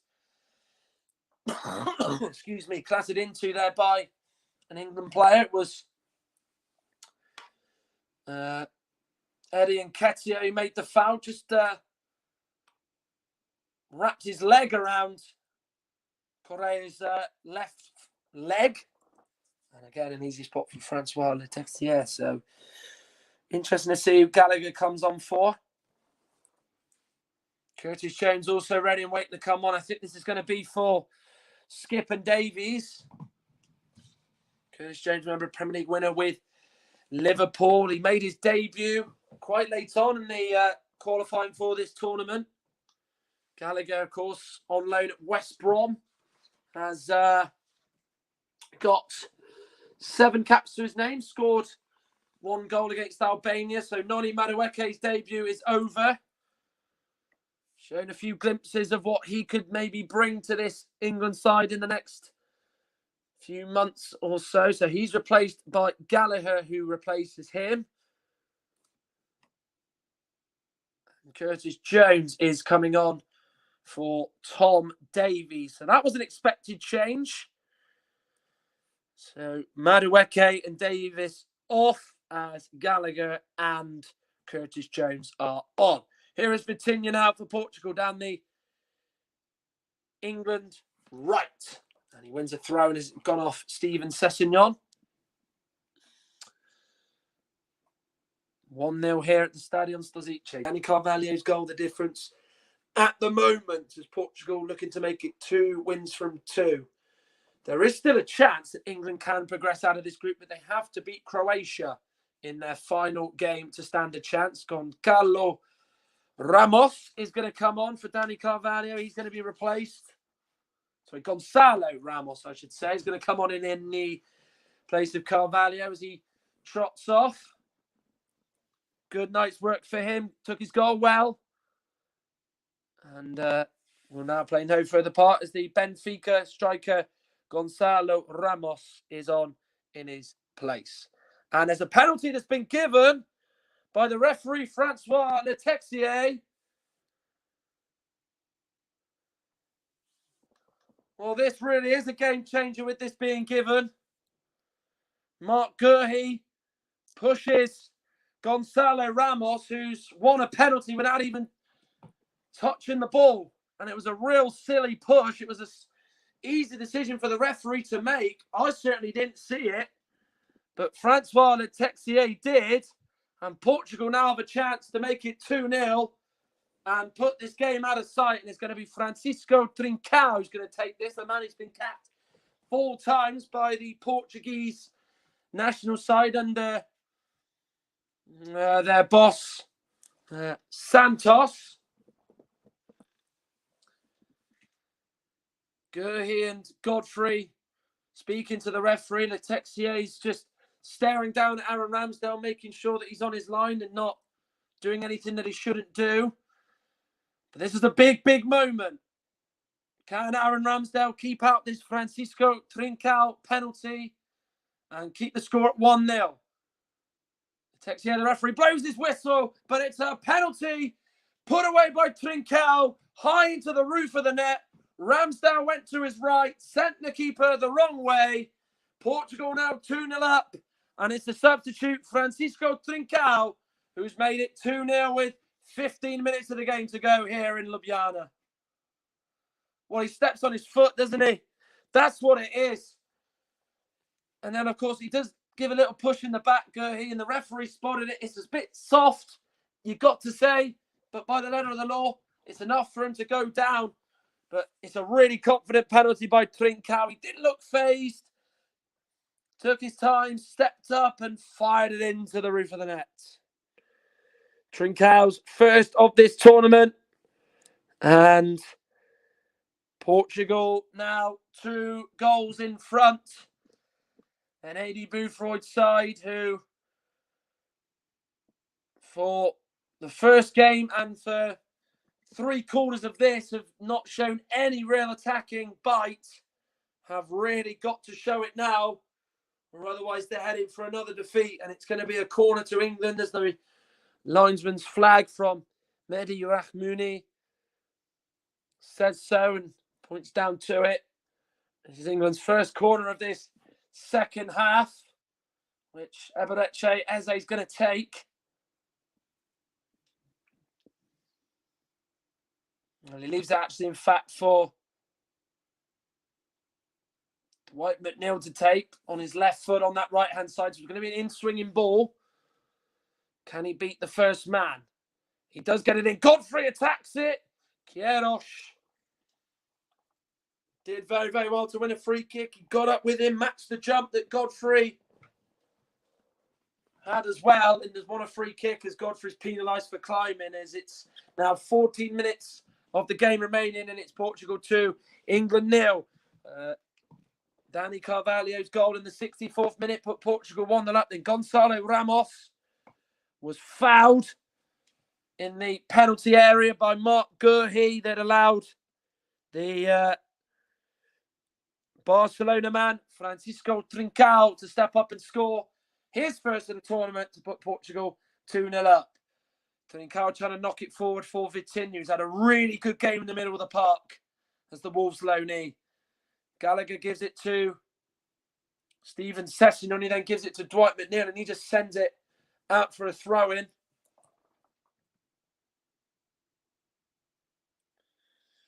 Again, it's another frustrating performance.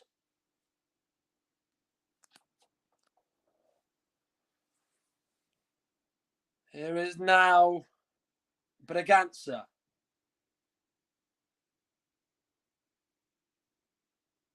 Now it's with Trincao, who's been heavily involved since he came on, I think it's fair to say. Gets away from Dwight McNeil, still has the ball at his feet.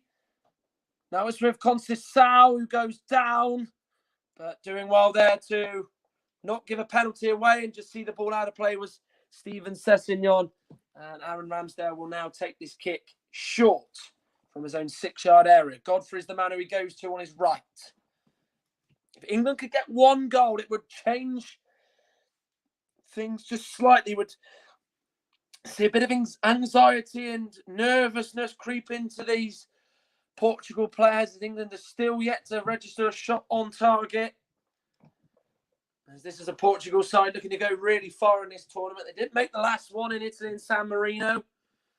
And of course, in the 2017 tournament, they were knocked out in the group stages in a group with Spain, Serbia, and Macedonia. Good play by Gallagher to McNeil. Low cross in. Well, cut out by Diogo Queiroz. And it's an England corner down this left-hand side. Good play between Gallagher and McNeil. Portugal just didn't see the run of McNeil. It was a good low cross. Had Queiroz not been there, you would have expected Nketiah to have a chance to put the ball in the back of the net, but it was well watched and well cleared. Corner to be taken by Eberechi Eze of Crystal Palace. Delivers it in. Poor delivery. Headed away by Vitinha. Chasing it down with Conceição is Eze. But Eze's knocked it out of play for a Portugal throw. Well, he's certainly getting a good birthday present, is Rui Jorge, by winning here at the moment.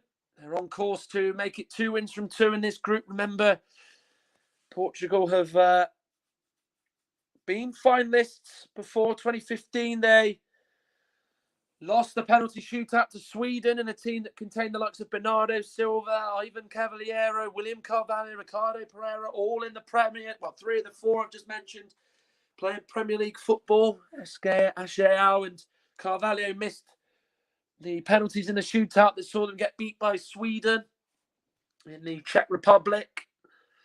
And then, of course, in 1994, they were runners-up to Italy in France.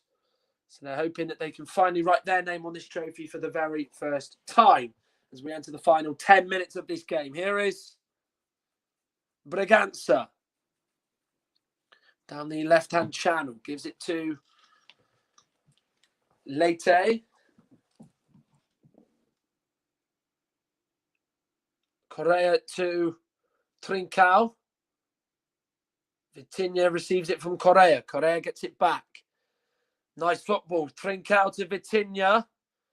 And then the ball was just astray. Trincao tried to keep that under close control and instead is unable to do so and has kicked it out of play for a England throw-in. Here is Mark Gurhi.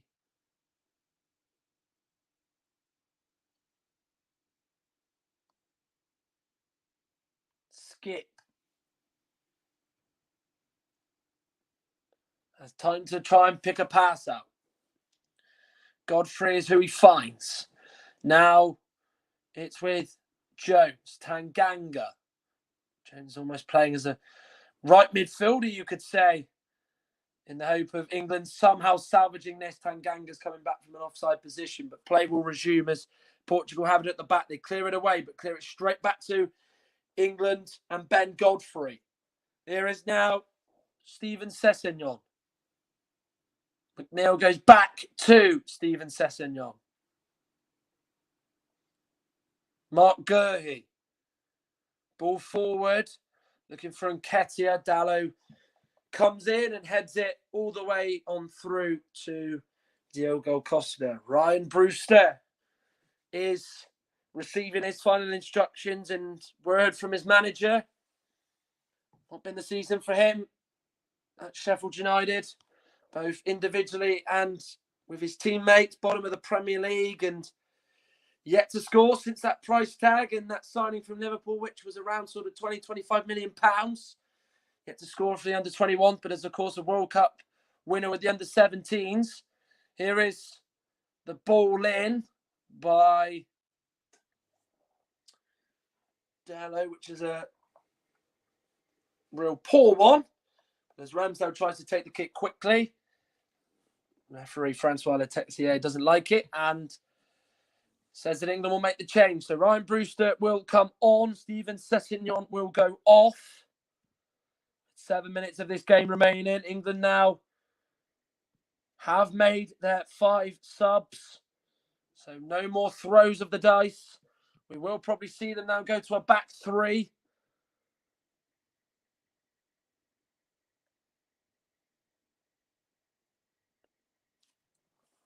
Not the best ball to Gurhey from Godfrey, but he just about able to knock it away from those Portugal players that were chasing. There was 2, in fact. Skip is fouled in the middle of the pitch. Francois Letexier wants a word with Gonzalo Ramos. And play resumes with England taking the free kick short. On the right is Eberechi Eze.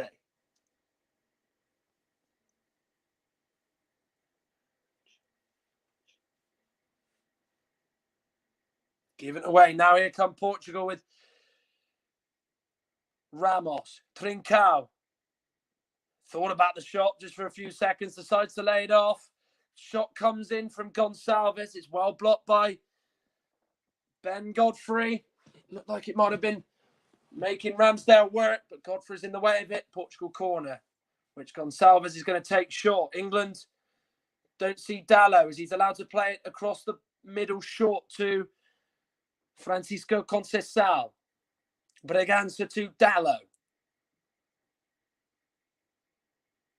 Ball in by Bragança. Looking for Diogo Leite, well taken by Ramsdale. He didn't take that fully, to be fair, but then was able to let the ball drop and then take it on the rebound. And after a bounce of the ball, here's Conor Gallagher. Options not there for him. Moving forward, so he's had to play it to the side. It has been the story of England tonight, where they've just got the ball in a decent position. They've made the ground up going forward, but the options have just not been there to continue the attack. Here is Curtis Jones. It's going to take a spectacular goal to get England back in this game, you feel. Skip, who loses out once again in a high position. It was his losing of the ball sort of in Portugal's half that resulted in the counter-attack in Dani Carvalho scoring his first of the tournament in the 64th minute. 5 minutes to go. Portugal 2, England 0. As it looks like it's going to be a low point in Ljubljana for Adi Buford's side. No wins, no goals, no points. As it stands after 2 games in this European Championship in Slovenia and Hungary. And it will pretty much mean that Portugal have 1 foot in the knockout stages for the tournament, which of course is going to be played at the end of the club season to fit in line with the European Championship schedule, which of course is going to take place this year. As they with the ball through, looking for Curtis Jones, a sliding challenge that was vital by Diogo Leite that just didn't allow the ball to run on through. Here is Gonçalves, Bragança, both Sporting Lisbon teammates. Queiroz.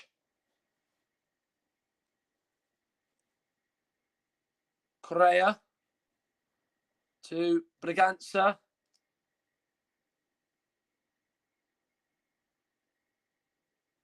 Good feet shown by the Portugal number 10. He was a second half sub, remember.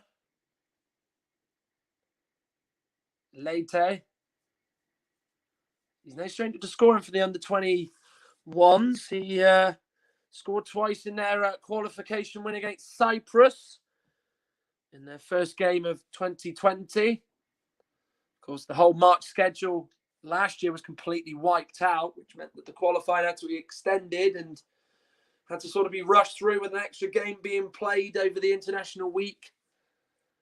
Here's Eberechi Eze, sorry. Here is now Tanganga Godfrey. Portugal just looking like they're just going to settle for this 2-0. Just don't give anything to England. Don't give them the chance to score.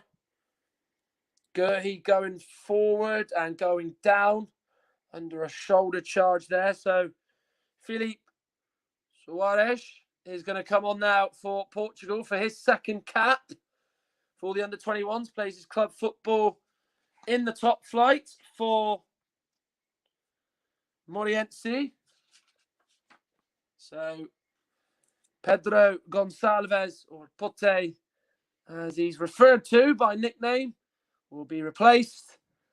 And on comes the Portugal sub, Filipe Soares, with 2 minutes to go. And like England, their quota of subs has now been made. In goes the ball. Tanganga was climbing. It's gone off a Portugal head. The man who got the header away, I think, was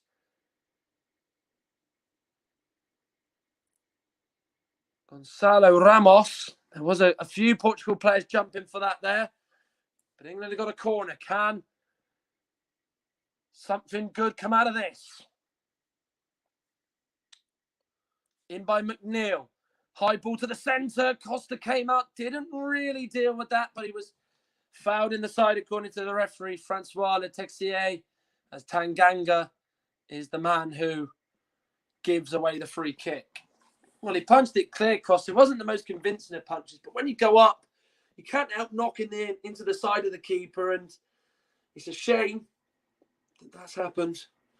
We're listening to Football Commentary Live, the home of alternative commentary. You can follow us on social media. Follow us on Twitter at Commentary Live 1, or you can just simply follow us on Facebook. Go to facebook.com/footcom live. England's senior team were winners in Albania, already winning by 2-0. Harry Kane and Mason Mount on the score sheet, making it 2 wins from 2 in qualifying for the World Cup in Qatar.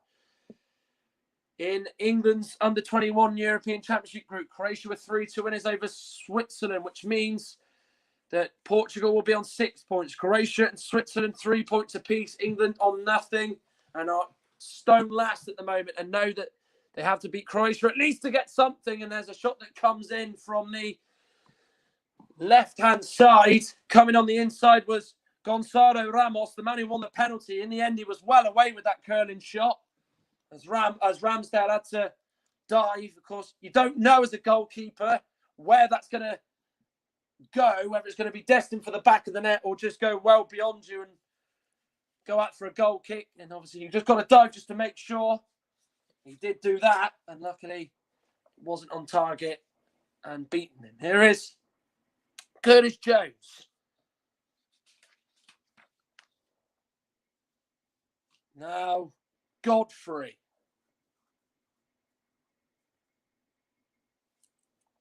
Gurhi.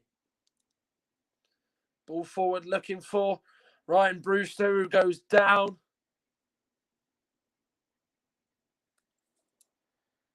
And then Portugal are able to bring it away. Now there's a chance to counter for a third. It's a really good breakaway by Conceição. It's gone to Gonçalo Ramos. Tries to go on his left foot. He goes down. Francois Letexier is going to penalise Ramos for diving. He knows full well what he tried to do there, the Portugal number 9. Shafet Tanganga lifted him up to say, you know what you did, mate. Conceição gave it to Ramos. He got on the inside of Tanganga. He went down far too easily. Just lent his foot into Tanganga. Francois Letexier makes the right call and books Gonzalo Ramos and was very quick to make that decision as well. And in that time that yellow card was shown for simulation for Ramos, 4 minutes have been added on. We're already 60 seconds into it. Good feet shown by Trincao. He's made a real difference since he came on. The Barcelona winger really has been a threat in the second half, and of course has got a goal to his name as well from the penalty spot. Correa to Trincao once more. Brigance put under pressure by Brewster, who had a swipe not once but twice. Francois Letexier, the French referee, telling him to calm down. Decides to get tissue in a booking. Yeah, he had a swipe at him then, and the second one, that was just out of pure frustration. I think if Brigance might have gone down, maybe screaming, I think he might have been getting booked there, to be fair.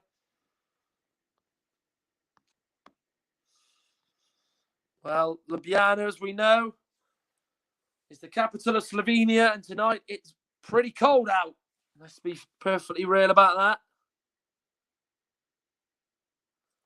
Around about sort of 5-6 degrees in the city tonight, with the Stadion Stozice being a happy hunting ground tonight for the Portuguese, but being an unhappy one for England, as they're going to suffer 2 defeats from 2 in their European Championship group. And again, the questions will be asked of Adi Boothroyd, whether or not this team has not shown enough to progress. There's always high hopes for an England youth side at any tournament. And of course, ever since the 2009 final, in which they were thumped by Germany, it has been pretty lonely for England. 2011, 13 and 15, knocked out of the group as they were in 2019. And then, of course, 2017 is the only time they've reached beyond the group stages, and were beaten, of course, in the semi-final by Germany on penalties. Gurhi. Well, it's been a night where Portugal have gave them a footballing lesson. They've been the better side. They've been more on it, more out of the traps. There's a bit of a naivety amongst England, a bit of a negative, toothless field, you have to say. It's not been their night tonight. In by Jones. It's a straight cross that is so easy for Diogo Costa to deal with. And again, it's another game in a European Championship finals match in the under-21s that England have created virtually nothing. And Diogo Costa has not even had to use his hands or his gloves to even make a real save. And that is a real shame, with the attacking quality that England have got at their disposal. To not be able to really cause Portugal any problems is a shame. But it's a deserved win for Rui Jorge's side, as they high-five and congratulate one another on the pitch. 2 defeats from 2 for Adi Boothroyd and England at this European Under-21 Championships in Slovenia and Hungary. It was Portugal who took the lead in the 64th minute. Dani Carvalho slotting the ball beyond Aaron Ramsdale via the inside of the post to give the Portuguese the lead 19 minutes into the second half. And then 10 minutes later, Gonzalo Ramos off the bench was fouled by Marc Gurhi as his back foot was clipped by Gurhi, and Francois Letexier, the referee, was able to give a penalty, which Francisco Trincao took with indefinite ease and put it into the roof of the net. England toothless, not really in the game. And of course, they're not out of this European Championship. They've still got a tiny bit of hope against Croatia, but it looks bleak for their chances of qualifying. But Portugal's chances of qualifying have just got a whole lot better. Full time at the Stadion Stozice in the Slovenian capital, Ljubljana. Portugal under-21s 2, England under-21s 0. Thank you very much, Matt, for fantastic commentary on the England match this evening. Obviously, England have just been beaten by 2 goals to nil. The other matches around Europe today have finished. I'll just run you through those scores before we get Matt's man of the match. In the World Cup qualifying in the European stage, Armenia 2, Iceland 0, North Macedonia 5, Liechtenstein 0, Romania 0, Germany 1, Georgia 1, Spain 2, Kosovo 0, Sweden 3, Bulgaria 0, Italy 2, Switzerland 1, Lithuania 0, Kazakhstan 0, France 2, Ukraine 1, Finland 1, Denmark 8, Moldova 0, Austria 3, Faroe Islands 1, Israel 1, Scotland 1, Albania 0, England 2, Poland 3, Andorra 0, San Marino 0, Hungary 3.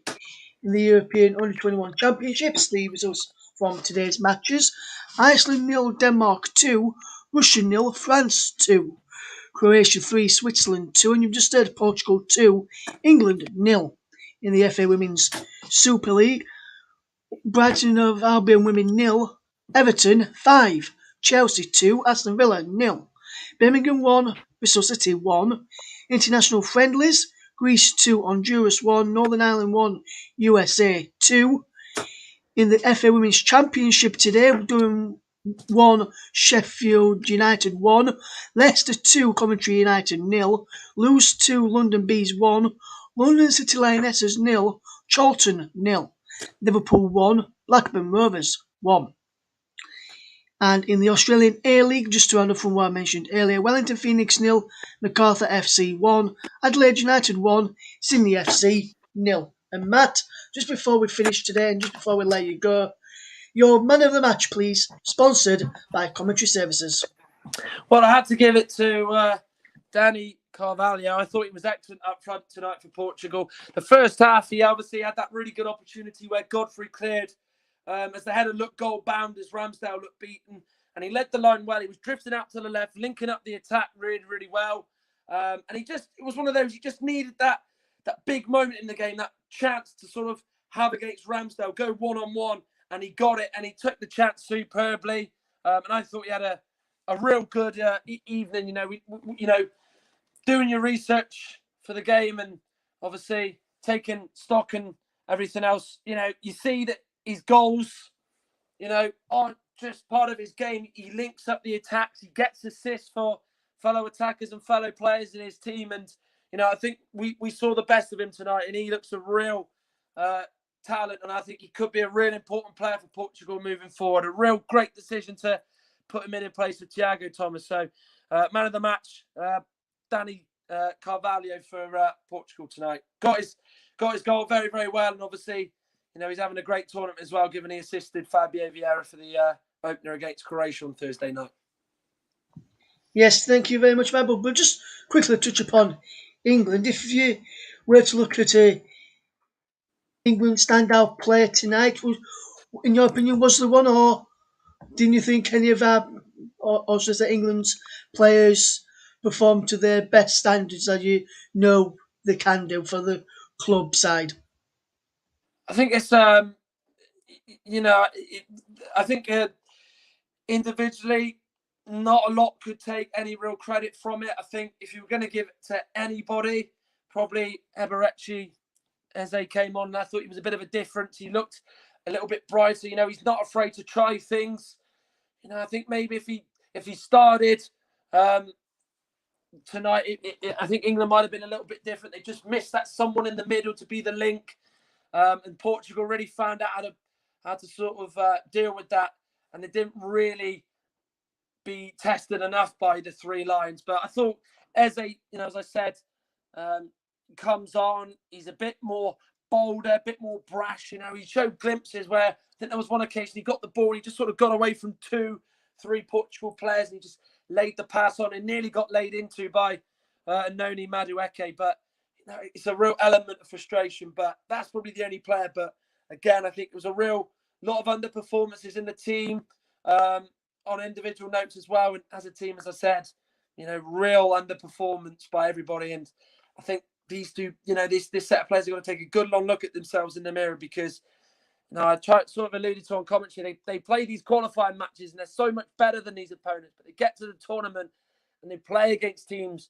your Portugals and teams like that, and it just seems to be a little bit more smart, and it just makes you think that maybe they need to raise their game in these tournaments just that little bit more and kind of be better than what they're showing, because we know they've got it, as we see week in, week out, their various clubs and at the highest level possible.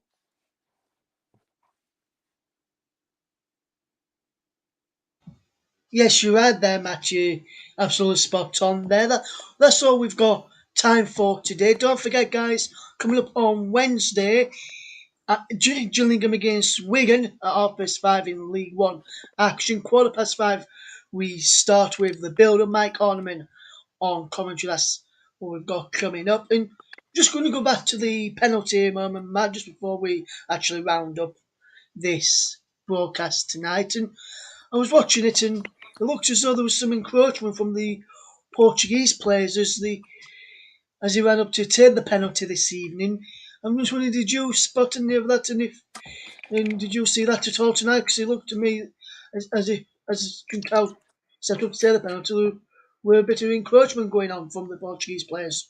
I personally did not notice that, so obviously thank you for pointing that out. But I think, with the whole encroachment law and sort of rule, if you like, I think you don't see enough of it get given. I think the referee's always sort of focusing on the goalkeeper probably more than the other players encroaching. So for me, there's always levels to sort of it sort of going undetected, if you like. And I personally didn't spot anything, but obviously if there was a bit of encroaching, then the penalty should have been retaken. But obviously you don't see it enough, and obviously the referee, he's thinking more about the goalkeeper. He's probably thinking as well, looking at the penalty taker. He doesn't need to see. Well, he could see it, but obviously he just kind of, for me, chooses not to sort of see it.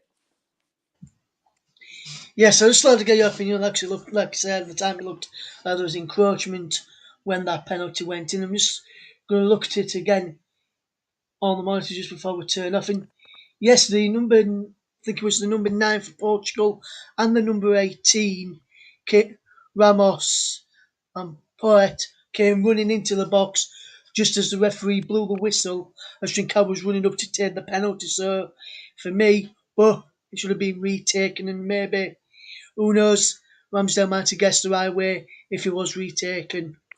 But like I said, England didn't really do much tonight. Were toothless in attack and didn't really show any fight. Portugal deserved winners. Portugal beat England under 21s by 2-0. That's all we've got for time for this evening. Thank you very much for joining myself and Matt and everyone here at Football Country Live. We'll see you again on Wednesday evening. Until then, take care. Bye bye for now.